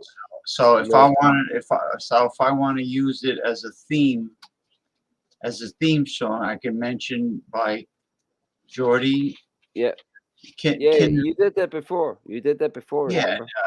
this is a song created by Jordy Kinnenmont of Scotland, and then I play it, and then another time I could play a different Night Energy song, and I could say the same thing. This is by Jordy Kinnenmont of Scotland. James, you're more than welcome to. I love that. Thank you. That means a lot to me that you would play my music on your streams. Yeah, that means a lot to me. Thank you. I just have to remember to. I think I subscribe to you. You know what? I'm gonna see if you're out there. I could find you. Let me see if I could find. I'm actually working right now. I'm waiting on. I've got a music video coming out. In about a couple of minutes. I just need it. Okay it. I am working on some stuff right now, so I've got 2 songs uploading tonight. So please subscribe to Niners. Cheers. me find it. Right. Hold on. And Okay. Lucid Dream. The songs Lucid Dream, and my other one is Midnight Express. well, So that first, will be uploaded tonight. yeah. First, let me locate. Let me locate your. I'll send you on Facebook. I'm gonna go soon. I'm gonna go. I'm gonna go right now. Anyway, James, it's all good. You don't have to play my music. It's all good. No, I can't find your YouTube channel. You know, send me the link to your channel. Okay. And yeah, I'll send me the link to your channel and on Messenger, and I'll make sure I'm subscribed to it. Thank you. Well, I've got a music video uploading soon. But Yeah, I'm gonna close up. I'm getting tired and hungry. Yeah, Okay. I got to put my phone on the Wait. charger, and I'm going to fix me a little something to eat. I'm getting a little hungry myself. But yeah, I think this week I'll go ahead and I'll send you the text for the second Declaration of Independence. I do have to go through and edit it just a little bit because I think whoever transcribed it or whenever they put this from whatever they found it onto this document, they made quite a few grammatical errors. So I got to actually go in and fix it. Well, we'll have to do it in parts. It'll have to be. Actually, I read through it and I can read it not super fast, but not super slow. But I would say just to read it and to have some commentary on it, it can be done, I would say, roughly in about 40 minutes. Okay. Okay. That's not too bad. That's Wow. not too bad. No. 40 minutes. No. It is. That's a lot of talking. That is a lot of talking, though, isn't it? Like I said, that would be to read it plus commentary to elaborate on some of the key points would probably be about 40 minutes altogether. Damien, do you do stuff on your own channel? Sorry, James. My apologies.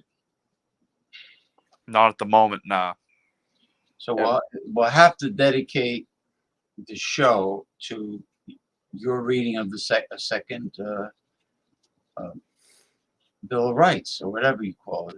Yeah, it's the second Declaration of Independence, but Yeah. there, for all I know, there might even be a second Constitution to go along with it, because I do know that once we do go back to being a second constitutional democratic republic, we're basically picking up where the first republic left off. So I wouldn't be surprised if a lot of the United States corporation stuff, so basically a lot of things from like 1871 to present, get undone, but to fix it in a proper manner, that there would probably be additional amendments already put into it.